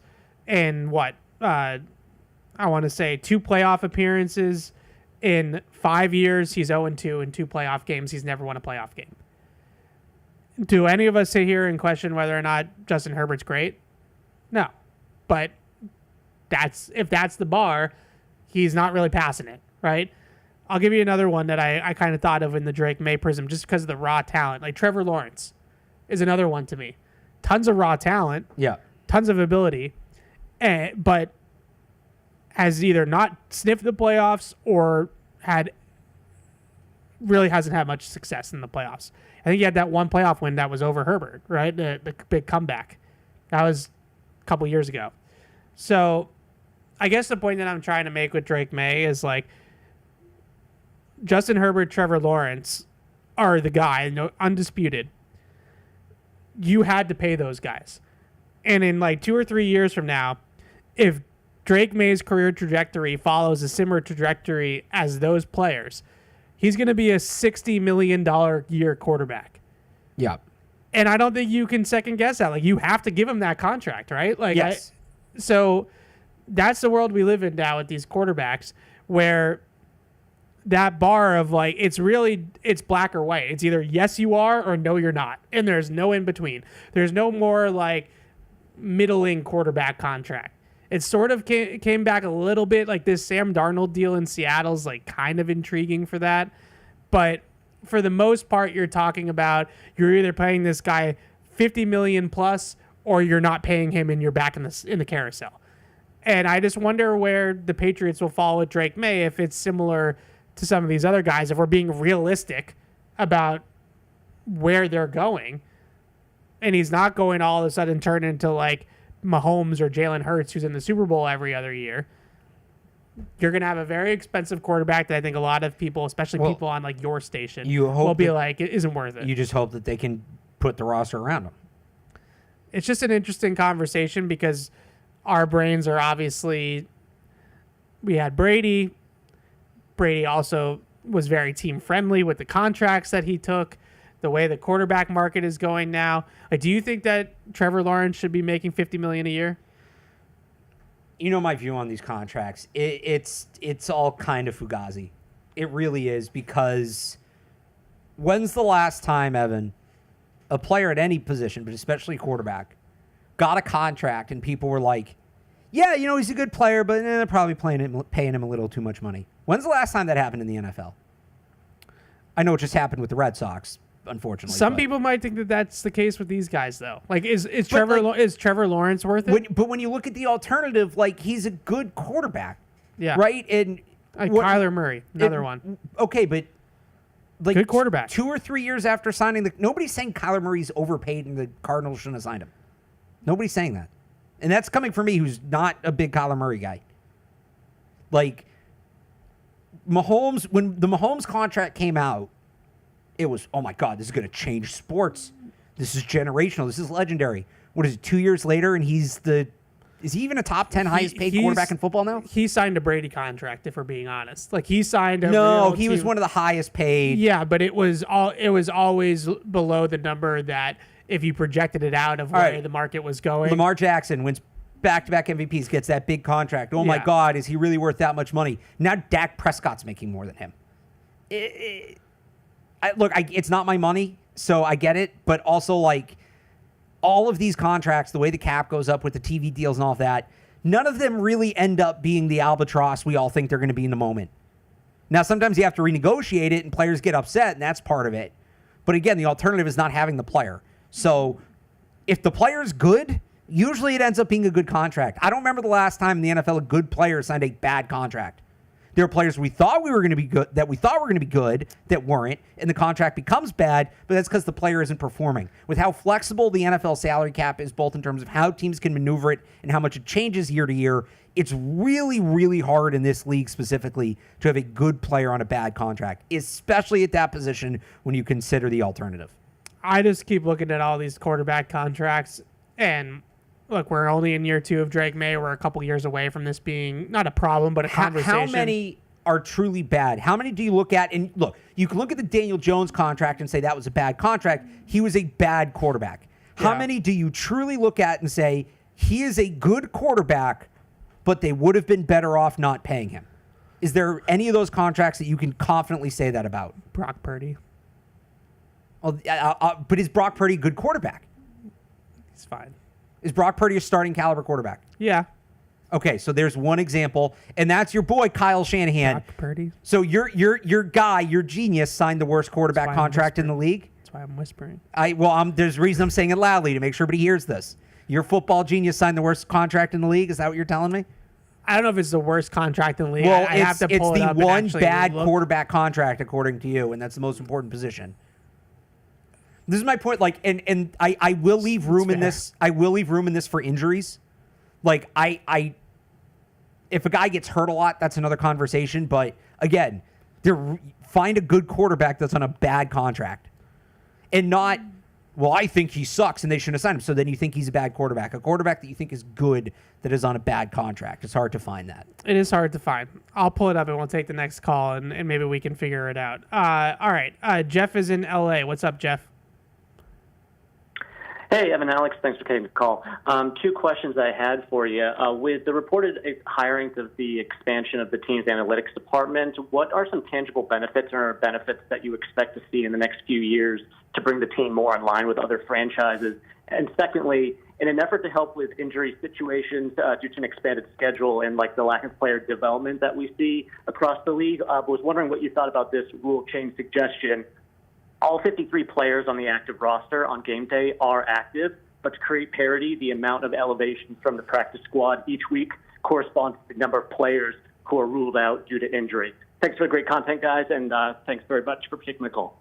Thanks, Jeff. That's an interesting proposal because the reason why they have the way it is with the 46 or 47 guys and then the inactives is so that you don't have to have an injured player active, right? Like if a guy's injured, you can just put him on an active. So he's saying that would then free up an elevation from the practice squad. So that but you're going to have a lot of teams getting weird with injuries on a week-to-week basis. I just think making all 53 active makes sense. Yeah. Like you could just leave it at that, and then you still have the 2 practice squad elevations. Right. So I get the issue that in the past, before all this practice squad minutia came into play, was that then you could, in theory, have a team that has like 51 healthy players going up against a team that has 53 healthy players. Right. So now, when you with the inactives, you in theory will get everybody down to the same number of healthy players. I think between 55 players, it should be close enough. Yeah, I agree with that. Now, to the first question. It's a really good question about the analytics department, a classic Catch-22 question, because I don't know how exactly you feel about them expanding their analytics department. So just on the surface, like first and foremost, where do you stand on this? Because I love it, but where do you stand on it? Analytics is this wide umbrella, right? And I think you often assume that I hate all of it, and that's because you only talk about the one thing when it's like a million. The tangible numbers. I am okay with the tangible numbers, and that can mean multiple things. That can mean statistics, but also like when it comes to player evaluation, player tracking data, miles per hour, that sort of thing, right? I'm in on that. And they haven't used a ton of that, and I'm all for using more of that. That I'm good with. When it comes to like injuries and that kind of thing, I'm good with. What I don't want is, well, the expected EPA DVOA on this play tells us we should make this decision, so turn off your brain and make the decision because the spreadsheet says so. That's what I don't want. And based on what Vrabel said last week about analytics, he doesn't want it either. I think, do I love that they're going more to the math side? No, because that's just how I feel about sports. Do I think Vrabel is going to keep it where it belongs and not allow it to spill into areas that it doesn't? Yes. He basically said that. You want the football jock to bury the nerd in the locker every once in a while when he needs to be told. Just make sure everybody knows their place. That's what you want. And he said, Vrabel was asked. You're the nerd. Go sit behind your computer and let the football guys. Vrabel was asked, are the analytics guys going to be in your ear when it comes to making, should we go for this on 4th down? And Vrabel said, no, that'll be me and Stretch. Talking about the analytics, but sure. He said that, we'll talk to those guys during the week and we'll see what they have, but it's going to be him and Stretch making a football decision in that moment. The analytics might help inform it, but they are not going to make the decision. Fine. So we talk about this all the time, on and off the air. And we talk about it a lot with the Celtics too, and the Red Sox, but Celtics really. Well, the Red Sox are on a whole other level with this as we're learning. But I don't want to put words in your mouth, but my general feel on your take on this is that you don't want them impacting play style. Like you don't like the Celtics. Your issue with them is that the nerds say to shoot threes, so they shoot a bunch of threes. I don't want it being the lead driver of dictating play style and in-game decision making. If you want to use it as a guide and have it be one of multiple things you're looking at to inform you, fine. It should not be the be-all, end-all. You don't want the Patriots head coach, and this is different but similar. Yeah. You don't want the Patriots head coach at the owners' meeting saying the most important stat is pass EPA. Right. Which is what Ben Johnson said at the owners' meeting. The most important stat is points. So however you get them, I don't care if it looks pretty or not. And however you keep him off the board, I don't care if it looks pretty or not. So I'm not too concerned about the Patriots using, for lack of using like public data that like EPA or no love Aaron Schatz mean it DVOA. Yeah. I'm not worried about them using those metrics because the people that they've hired and the way that I think they're heading is that they want to create their own metrics. They want to, so it's not necessarily going to be EPA, DVOA, whatever, but I think the main thing that they're trying to do, and this is just a hunch, there's no inside information, just a hunch. The main thing that most teams try to do now is they use this in personnel to place value on players, not necessarily to say, oh, when we're in this formation with this personnel grouping, 12 personnel against base defense, we're averaging, our EPA is plus 2.5 per play, so we should try to do that more, right? Like, I don't think that that's where football in general is headed. Yeah. I think where they are headed, though, is free agency. How do we, and the Patriots, like Bill did this, so this isn't new. So, okay, so you're walking a fine line here because what we just went through with the Red Sox is the grandiose version of each player is worth an exact dollar amount. We're going to measure that dollar amount against the contract, and this goes back to what we were talking about with the quarterbacks. I don't want to go too far into the baseball discussion, but like, if our metric tells us that this is a $298 million player, and we would have to pay him $300 million, we do not want that player. And that, to me, is a dangerous road to go down because you do have to overpay elite players at times. Whether the math tells you to or not, that's how you get good players in the building. I'm not saying the Patriots are going to do that. I think Vrabel's smart enough not to. But what you're describing is what has become supercharged and run amok through baseball. Sure. So I think there's a big element of that, of terms of player evaluation. So whether that's value, whether that's player tracking, whether that's any sort of advanced scouting type of stuff, and analytical scouting, like there's the personnel side of this, I think is going to be a main driver of what they're going to be doing. I like it for player. I'm probably splitting hairs here. If they're going to use it for player evaluation, fine. For player valuation, now I think you're going down a slippery slope. Okay, so I think that there's going to do a lot of that with personnel. Now, I do think that there is a lot of data, and this data, usually they have present a packet to a coach, the head coach, and the coaching staff every week of analytical data about the opponent, scouting the opponent.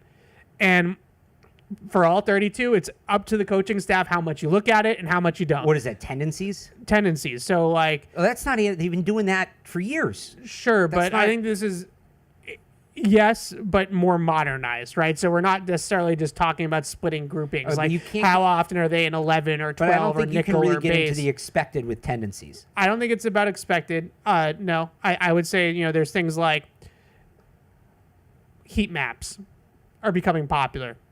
Where does the quarterback funnel the football? That's tangible. That's tangible information. That's fine, right? So like this, Tua, inbreakers in the middle of the field, and this is, you could watch the film and come to that conclusion, but you could also see it in like the hot spots on a heat map. Well, so I would hope they do both, because there's things that the heat map is not going to show you that the film is going to show you, right? How is he? When he moves in the pocket? Where's his arm slot when he throws to certain places? What routes? You catch a ball in between the hashes 4 yards downfield from the line of scrimmage. There's 4 or 5 different routes that could get you to that spot, and he might throw those different routes differently depending on the coverage. So, to your point, like how much, how little, I don't think Vrabel's going to look at that packet as a Bible. Might use it, but I don't think he's going to look at it as the be-all, end-all. Which is fine. Like, it's a tool. It just shouldn't be the tool. Okay, so let me ask you how you feel about this. What if there is a cornerback? Yeah. And the data is able to extrapolate how that cornerback fares on every route when he's targeted. Go route, post, crosser, corner, drag, in cut. Yeah. All of it. And the data is just like heavily telling you that this cornerback is burnt toast when you throw a go ball over his head. So how's that? There's still more information there. Who's tracking that? How's it being tracked? Is he toast because they're shading safety help and maybe, they have a good safety and okay, well, he's getting burnt, but if they're going to put the safety back, we don't want to worry about it? Or is it because, is the data skewed because in this one game, he was struggling this one receiver or this type of receiver that maybe we don't have? Like, again, okay, you show me that. I'm not going to use, so here, I guess here's where I'm at. So if I were the coach and I were shown that, right? The right answer is not, okay, let's throw 1 million go balls at this guy. It's get me the cut-ups of all the go balls. Let's see why this is happening. And do we have the assets on our roster to be able to take advantage of this, yes or no?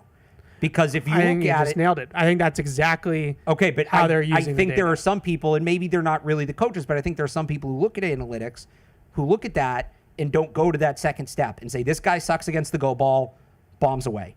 And that's not the process. And that never will be the process, and math can never fill in that groundwork in the middle.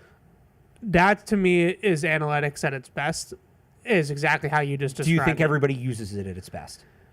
No. The answer is no, and that's my problem with it. But I would say football is still holding out the best. In football, do you think everybody uses it at the best for football? And by the way, vast majority, yeah. Everything that Vrabel said last week, I was actually relatively encouraged by when he was talking about analytics, which was, we're going to basically summed up I don't, maybe I'm misinterpreting, but my interpretation was we wanted to have more of it as a tool, but at the end of the day, it's me and Stretch, and we're making football decisions.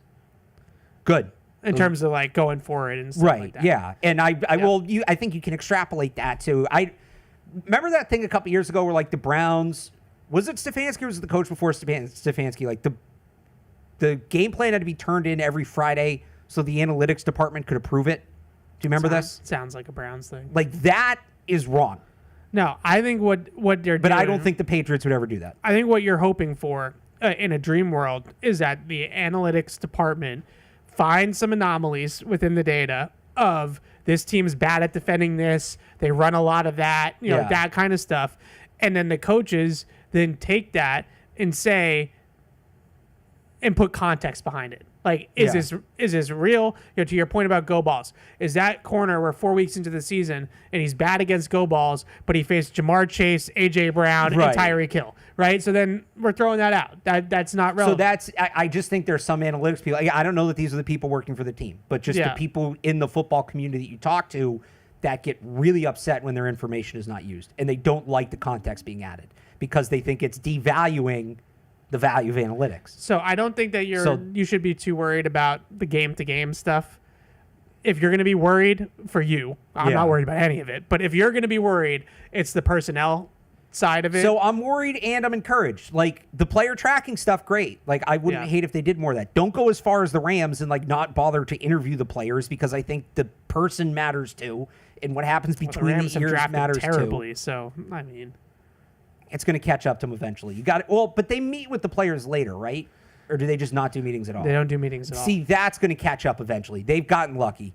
That's going to catch up to them. They do eventually. homework. Like, they know all about the player. Yeah, I think you got to sit down in a room with somebody to get to know them. I don't mean they know. Like, I mean, like, if there was a major off the field, right? They're flag, talking they to would know about coaches it. and things like that. But also just, I think that will catch up to them eventually. I think it's an anomaly that hasn't burned them yet. But like the player tracking stuff, fine. Again, evaluation, sure. Valuation is where you lose me. I think that it's really important for this team. I don't think it's really important from a game plan perspective, like an in-season perspective.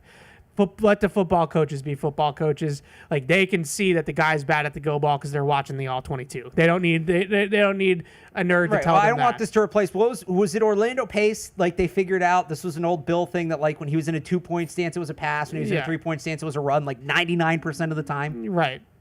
Like, whoever like was that. watching the tape figured that out. When this wide receiver's left foot first, he's running this route. When he's right foot first, he's running that route.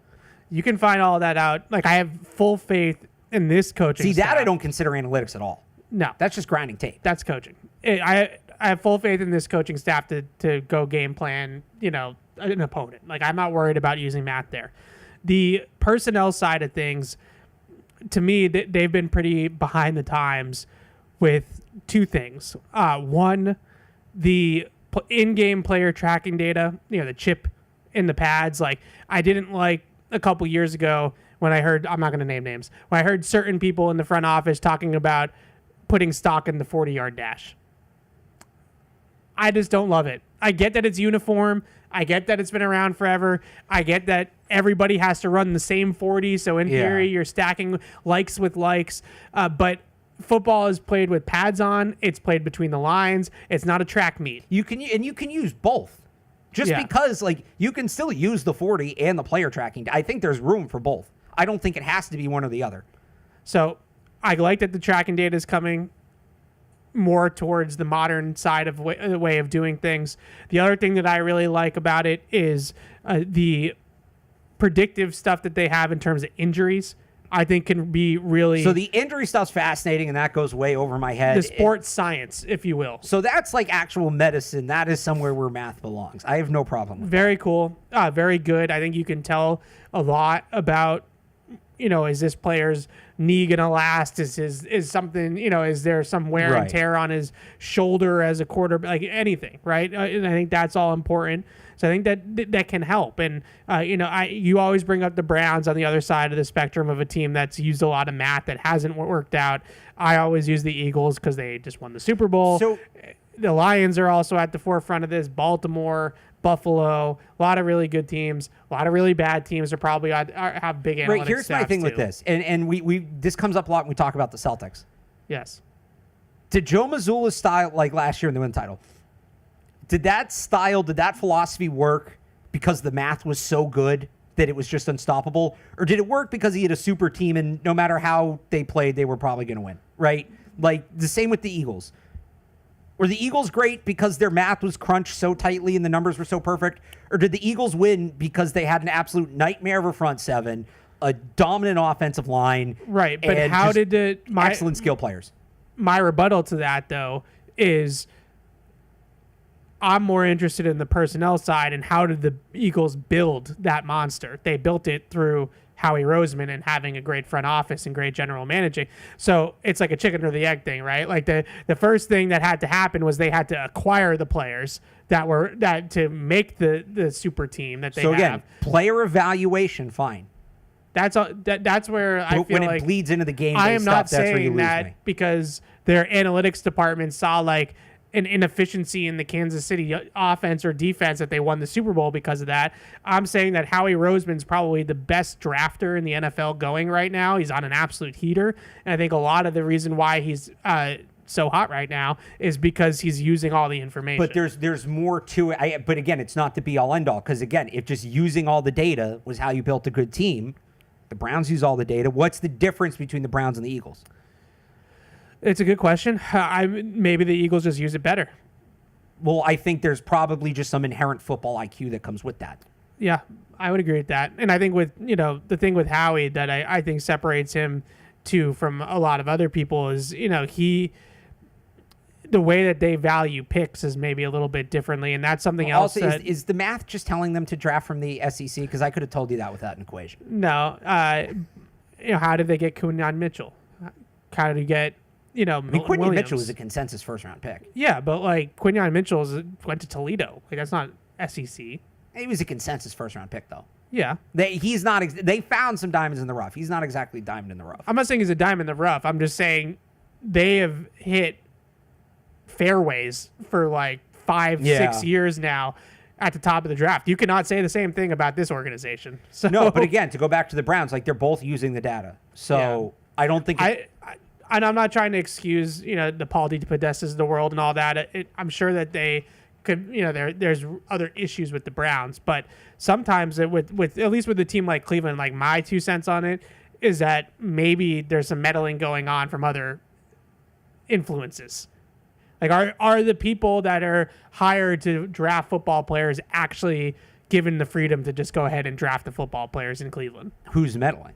Is it the math ownership people meddling or the math people meddling? Maybe. I don't know. That's what Their I'm saying. GM's a math guy, so Andrew Berry grew up in the math. We're just going to keep going in circles on this. I like to have these conversations, not A, to argue with you, but Yeah. B, I also like to have these conversations because every time we talk about analytics in football, the fourth down decision making stuff. The problem brings that up. term has become And- way too much of an umbrella term. It encompasses too much now. It's right. made it So hard to talk about. I want to bring out these other avenues of what the department does on an NFL team because that is such a small sliver of what their role is in an NFL organization. It's not because those decisions are so impactful. Like how many hours they spend on it over the course of a year, the size of the pie might be small. The impact it ultimately has on the football team, the slice of the pie is much larger. So I don't think you can say that that's a small role. It might not be what they spend most of their time on, but it makes a very significant impact. And that in itself might be part of the problem. For some teams. I don't think every team follows it. So I think some teams are influenced by it. For the teams that use it, it's a big part of the pie. I think this team But it doesn't sound like the Patriots. Patriots are going to use it a ton, which good. I think it'll inform them. I don't think that I think it will be one item on the list of things that informs them, and I don't think it will be any greater than any other item, which is ultimately all at this point. I think as much as I can ask. As Felger says all the time about analytics. We've lost the war. The anti-analytics people have lost the war, but it doesn't mean that we should stop fighting. Let's get back to the phones. Kaylee is in Boston. What's up, Kaylee? Hi, guys. Long time, first time. I have a couple quick questions. First, I was wondering, how has Jared Wilson looked during the offseason? How do you see it playing out with him versus Bradbury? And then I actually have just a quick question about the David Andrews podcast. Alex, you came in really hot today. Is everything okay between you guys? Between who? Is he talking? The two of you, Alex and Me and Evan? Yeah, no, I'm fine. Oh, always. That's like some brotherly brotherly teasing all the time. Because what's going to happen is, because we do this every week, like we talk about, this has been a thing for most of the offseason. We spend the first 10 minutes, and this was more related, but like we did the Celtics a couple weeks ago, we did Madden a couple weeks ago. Like we spend 10 minutes off the top of the show talking about something that's not the show, and then there's a bunch of YouTube comments blaming Evan for it. So my counter to that now has been, and I like that we open the show that way, but I get you guys don't. So it's just kind of, let's get through it and let's get to what the people really want. It's more of that. I'm just trying to save Evan from and himself. I just like teasing Alex. That's it. And I'm trying to save him from himself. There you go. very good stuff, guys. Thank you. Thanks for the call, Kaylee. Appreciate it. I thought you meant, is everything okay between me and David Andrews? I'm like, I hope so. As no, far he's as I already know. out. He's already out. No. Like, what did I say? Did somebody find a clip somewhere? I was thinking about it the other day. Like, I don't remember. That's not a guy you're critical of. I remember saying something a couple years ago. I think this was on this show with you, where we were like breaking down a screenplay and the blocking was messed up.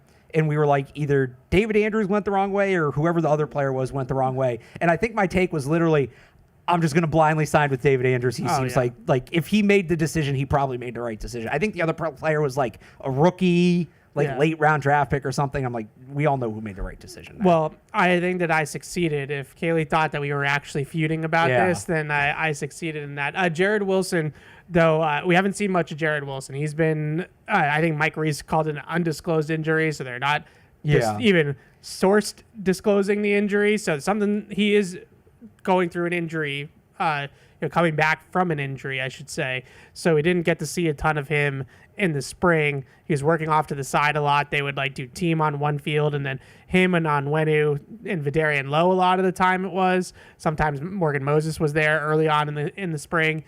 They were doing drills, against air, just pass sets and stuff like that. So hopefully we see more of Jared Wilson moving forward, because I am not ready to call any competition on the interior, left guard, even center, until I see Jared Wilson in pads. And Mike Vrabel even said that. Like, he was asked about the guard competition. He's like, we really can't make any decisions till the pads come on. So the only thing we learned, especially left guard, I think center's more of a traditional competition, right? Yeah. It's Garrett Bradbury, it's Jared Wilson, who's better. The only thing I came away from the spring thinking about left guard, it's wide open. Yeah. You could list five. I actually wrote this morning on 98.5thesportshub.com. I don't remember how many guys I had on there, but you could list 6 guys that realistically could be the week 1 starting left guard. Some are more realistic than others, but I mean, if we want to run through it real quick, right? You can make a case for Cole Strange. You make case for City So. I think Cole Strange has the inside track. I'm lightly putting that in pencil. We're just out of the blocks. As things but I think stand Cole right Strange now, has if the I inside had track. to bet on the week 1 starting left guard, it would be Cole Strange, but I'm not, I don't feel great about it. Fair But enough. you can make an argument for Strange, for So. Those are probably the 2 big ones. Yeah. Right? You can make an argument for Caden Wallace. You Yep. can make an argument for Layden Robinson. You can make an argument for Tyrese Robinson. You can make an argument for Jared Wilson. You can make an argument for Jack Conley. That's 7 players. You could have made an argument for Wes Schweitzer before he retired. I really feel like it's Cole Strange, Yeah. Caden Wallace, Jared Wilson. In terms of Not City So? no, not yet. Should be City So. Just in terms of what I feel like is going to happen, not based off what we've seen All right, let me put it this necessarily. way. but Cole Strange or the field? Cole Strange. Oh, I'm taking the field. I think Cole Just on the Strange. number. Well, Now, I mean, he could get hurt, so I guess it's not even Cole him getting Strange, and he hurt. could Like, get I hurt. think the percentage, Cole Strange, if I had to like percentage-wise, right, who do I think is most likely to start at left guard? Cole Strange would have the highest percentage. But that percentage is maybe like 20, 25. Yeah. So That's fair. I'm taking the field. All right, let's get to Alex in Atlanta. What's up, Alex? Alex, you there? I can't have 3 Alexes on the show today, but call us back and we'll get you on the air if we're still on, Alex. Let's get to some of these emails. We haven't got to the emails because we had a lot of calls today. I appreciate that. Yep. A June 18th show, just bringing in the calls. There we go. I really appreciate that. I feel like June 18th used to always be my last day of school. Like, this date is just burned into my brain. Is like, every time I see June 18th, like, I just have a Pavlovian instinct to be like, oh, nice, June 18th. And I think it's because it was always the last day of school. See, I'm that way with June 17th because of the Celtics. 2 championships won on June 17th. Yeah, but one of those wait. was only a year ago, so that can't be And that last ingrained yet. Yeah, but June 17th is the Celtics. It's the Celtics day. And but it's June- 617. I always it is 617 day. I always associate June 18th with the last day of school. Now, what doesn't get talked about with it being the Celtics day, they also lost Game 7 of the 2010 finals. Right, they should have 3. on 6/17. Yes. So that one for young Evan was probably one of the worst sports losses of my lifetime. And I think I don't think the Bruins won on 6/17, but was the Bruins parade on 6/17? Might have been. All right, here's a question from Joshua. No, it was the 18th. Oh, there you go. Here's a question from Joshua, which I think is a catch-22 kind of question. He asked, how much will the Patriots use no huddle this year? And he thinks that it would be a good fit with Drake May. So I think the interesting thing about them potentially using a lot of no huddle is the return of what has notoriously been called the NASCAR package, which is the one-word association package that they have so that they can run a no huddle and they can simply yell, Michael Jordan. Right. And then everybody knows what the play is. Josh McDaniels also very That famously... was Haas, right? Yes. Yeah. Yes. I'm giving away the playbook now. Josh McDaniels is very notorious for naming plays that's been out after there. NBA stars. Yeah. Michael Jordan, Charles Barkley, Yeah. like those types of guys. And so the reason why I bring that up is that's 4D chess. So if you're really thinking, they'll have a tempo, they'll have a no huddle. Every team has to have one, right? Because if you get into a 2-minute situation where you have to be no huddle, you have to be no huddle. You don't have a choice. But to truly run it as like a core of your offense, like not in like a situation type of thing, I think you need to have like a PhD level grasp of the offense as a whole. And I'm not sure if they'll be there yet at the beginning of the season. I don't know if this is the year for that, I guess is what I'm getting at. If this whole entire setup is the same in 2026 as it is in 2025, it's McDaniels, it's Vrabel, it's May. Like maybe then you could do like what they used to do, 2010 Patriots, 2011 Patriots, when Josh McDaniels met with Chip Kelly and like really installed some tempo into the offense. But for now, I think that's more, there's 1 minute left, no timeouts, tie game, we got a no huddle, right? It's not necessarily something that you're just doing in the middle of the flow of the game, if that makes sense. Yeah, McDaniels has also kind of been all over the place with that. Like, there'll be random stretches where he's super into no huddle, and then they really won't use it for a while, and then they'll go back to it. So I don't know what to expect on that one. Like, that could go anyway. But like you said, I think it's more likely if this all works out and you're keeping a lot of the same players together next year, then the likelihood goes up. Sure. So this is another interesting question here from Dennis. So I guess I mentioned this briefly, or we mentioned this briefly, about the overlap between Josh McDaniels' offense and Brian Daboll's offense. It's the same offense. I think Diggs mentioned that. Yep. Diggs played in Brian Daboll's offense, of course, in Buffalo, and there's a lot of similarities. It's both Earnhardt Perkins play verbiage and all that kind of stuff. So it doesn't mean that they call the plays the same way in terms of like the actual words that they use. Yeah. It's just it's run the same way in terms of the mainly I would say protections and cadence. Like it's kind of just structured the same way is the best way I can put it. So there's a lot of similarities. I would say the main similarity, though, from what I understand at least about it, is the protection calls. Like Brady said. It was some "let's go" or something like that, where he did an interview with Josh Allen, where he said that he could like recognize Josh Allen's audibles and his protection calls because it's the same verbiage as what the Patriots use. So there's a lot of overlap between those two systems, between McDaniels and Brian Daboll. So the question, I guess. Okay, I get it.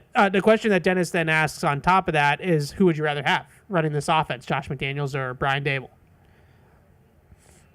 McDaniels. And Just why? the originator, right? You're going right to the, and I really like Brian Daboll, but I'll go with Josh McDaniels. He just has more experience. So I would say I would have a lot of faith in Daboll developing May. He obviously developed Josh Allen, so that would be a nice symmetry there. But I mean, the development, I thought about that, but also the development window's only so long. Yeah. And ideally, you're building that long-term partnership. And, once they get going, once you get through that development phase, I think you're going to get more out of Josh. Fair enough. All right, let's get back to the phones because Alex is back. What's up, Alex? Alex. How you doing, guys? Hey, how's it going? Man, I have a quick question for you guys because I know y'all was talking about the Jaheim Bill. Do you ever think Josh McDaniels would bring him have him play a little bit of H-back like he played in high school and college? Yeah, he could. Yeah. It's just, are you going to have an H-back and a true fullback? That's a lot of roster spots to dedicate to that position. And the second question I got for you guys, did y'all see that Madden got a new gadget player on there? Yes. And you could kind of put Deebo Samuels and all that type stuff? I'm sure Alex did. I did, yes. I watched that trailer last night. I don't know why they dropped it Thanks at for 8 the call, o'clock, Alex. So you also showed me that the new snow thing is you're in the snow thing's cool. And the end of the ironically, earth to the blizzard. whole conversation we just spent 20 minutes on, one of the big things they did this year is Madden's much more data driven in terms of the coach AI, the quarterback AI. The different coaches are going to make decisions based on what their real world counterparts would do, based on data they've collected over the last 10 years. You should hate that. No, because that's a video game. That's programming. That's absolutely where math belongs. But that's I can't wait. That's not even just math. That's computer nerd stuff. Right, but it's not actual football. It's a video game. I cannot wait to take advantage of the accurate Kyle Shanahan AI late in the game. Wow. So you're saying that he's going to throw a wide open pass and Jimmy Garoppolo is going to overthrow it. He's going to have his bad Got quarterback throwing up 14 with 4 minutes to go, yes. To walk off the Super Bowl, but he missed the throw. When he could run it off.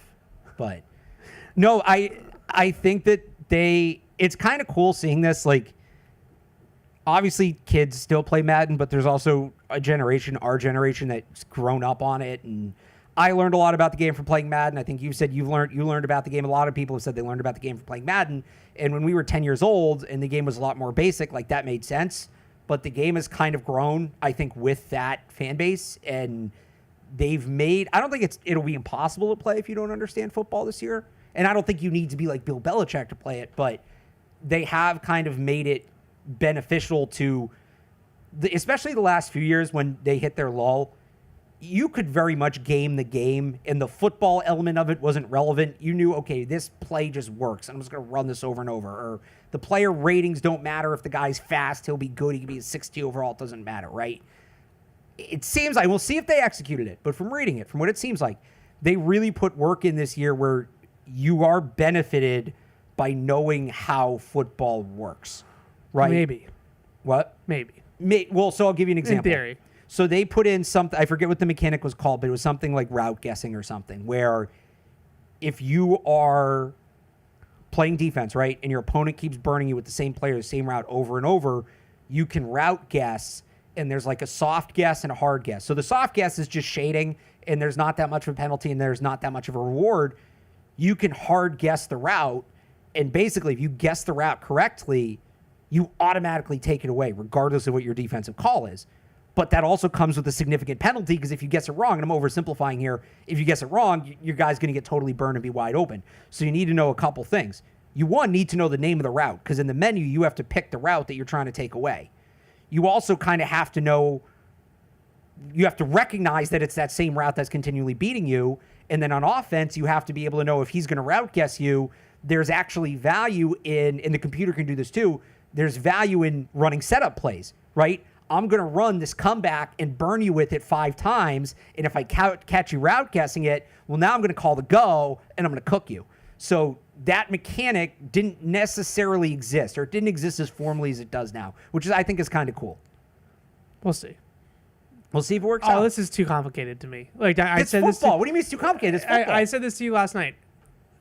My ideal Madden is like Madden 04, Madden 05. Which one was Mike Vick on the cover of? 04. That's the best one. Well, like there, that still exists. Give me the hit stick. Give me like just. I just want to run around for like 8 seconds. I don't want to play actual football. You can still do that too. Like I just want to play a video game. I want to have fun. So, okay, I don't want to like one. have to think. Like, they made it so certain quarterbacks are, if you want to do the run around thing, Josh Allen, Lamar Jackson, Kyler Murray are like programmed to be better in those situations and like have abilities in those situations that like, I don't know, Matthew Stafford's a bad example. Who's like a true pocket. Kirk Cousins. That Kirk Cousins can't do, right? Okay. And it's not just based on the ratings. There's like things programmed into the game. But my whole thing about Madden is when I was actually playing Madden back in my day, when I was actually playing Madden, I ran like the same 3 plays and they worked. It was like freaking remember the Titans, right? I'm going to run the same 3 plays and they, we're just going to keep giving it to them and like Novocaine, it will eventually work, right? So like that's how I don't want to do all this other stuff. But it gets a little boring. It gets a little repetitive. They made it so it's less repetitive. It's fun. The college game, you can still do that because in college football in real life, you can still do that. So I used to run this one play and with the Patriots, obviously. Brady. This was probably Brady, Gronk, Shane Vereen. So like Madden 11, Level page. Yeah, we were in like probably in college, late high school. And Gronk had the flag, like he had the corner route. And he was just so damn big that he could just box out anybody on the corner route. And then Vereen had the flat. Like so he would what you would do, like when you had zone, you could just high-low the defender out there. Right. So you can still do that with Gronk. But the problem was the game got so far behind that the average tight end, just by being 6'6", played like Gronk because of the way the game was programmed. Right. So now you can do that. You could do that with the Patriots if they had Gronk. You couldn't do that with the Patriots with the tight ends they had after Gronk. So the other thing that I would do is that if I could tell it was man-to-man, which usually you could because it was a freaking video game, you could tell like what the leverage of the defender was. Yeah. So if he was sitting outside, I would hot route it to a seam so that he would bend it inside the defender. But if it was the defender was like the linebacker in the box or something, I'd still have him run the corner and then he'd run away from the leverage. So they still do that? It's the same play. I ran it They like still 60 do that, times but a game. now you can bluff it. Okay. And you can bluff coverages. Like they put this in last year. So you can run cover 2 but come out in a cover 3 shell. Yeah, I did hear about that. And that's actually really fun to do. That's modern NFL stuff. Because you can screw. And they added this year in front of that. They took stunts out of the game for like 10 years. They finally put stunts back in this year. And so when you call a defensive play, it's no more, remember, it would just be like cover 2 man and that would be the play. You now call the front and you call the coverage. And they put in all the Minnesota sim pressures and that stuff too. They put in all these modern blitzes. All right, let's take this last call from one of our regulars, Mark in Connecticut, and then we're going to wrap this show up. What's up, Mark? Hey, guys. Love you guys. Hope to see you guys on training camp. Excited to get that rocking and rolling finally. Yeah. What I wanted to say is this crazy to think that our second-round pick and fourth-round pick of last year may not even make the roster of this coming year? I mean, that just baffles my mind that we wasted a second and a fourth-round pick on these guys. So, love you guys. Hope to talk to you soon again. Yeah, Mark, I hate to end the show on that note, but yes. So- and I think Jalen Polk will be here in some capacity, whether it's on a reserve list, PUP, IR, or whatever the case may be. I don't think they're going to totally give up on Jalen Polk, but there's definitely a good chance that both those guys are not like contributing. I think there's a really good chance of that. Yes. I don't think this isn't the normal situation. If Gerard Mayo was still here, I don't think we'd talk about Jalen Polk potentially getting cut. Fair enough. This kind of happens around the NFL when you have new leadership, players that, and we talked about this last year with Mayo coming from Bill, like players that might, based on contract or draft status or whatever, players that might have certain standing don't, because everybody's kind of viewed equally when new leadership comes in. So that it's not that Jalen Polk was so bad that, oh my God, this second round pick was terrible, so he's going to get cut after a year that's historic. Don't get me wrong, he wasn't good. But there is that extenuating circumstance of this isn't the coach that drafted him. And you're climbing up a bigger hill when you're facing that. Fair enough. All right, so that's the show for today. We'll be back next week. We will be talking defense on our 53-man roster projection and special teams. And we'll be back on Wednesday at noon. I should mention no PU tomorrow, Juneteenth holiday, company holiday, so no PU tomorrow. Make sure everybody knows that, because I do think we said yesterday that we'd be back Thursday. We won't be. What's that, Alex? I said that is correct. Yeah, no PU tomorrow. So PU will be back Tuesday. We'll be back on Wednesday. We'll see you guys then. Thanks for listening. Bye. Hey, this is Deuce. Thanks for tuning into the show. If you really want to help us, make sure you like us wherever you get your podcasts, like Apple Podcasts or Spotify. Also, make sure you follow us on the New England Patriots YouTube channel to see this show and everything else that we do here at the Patriots. Thanks a lot.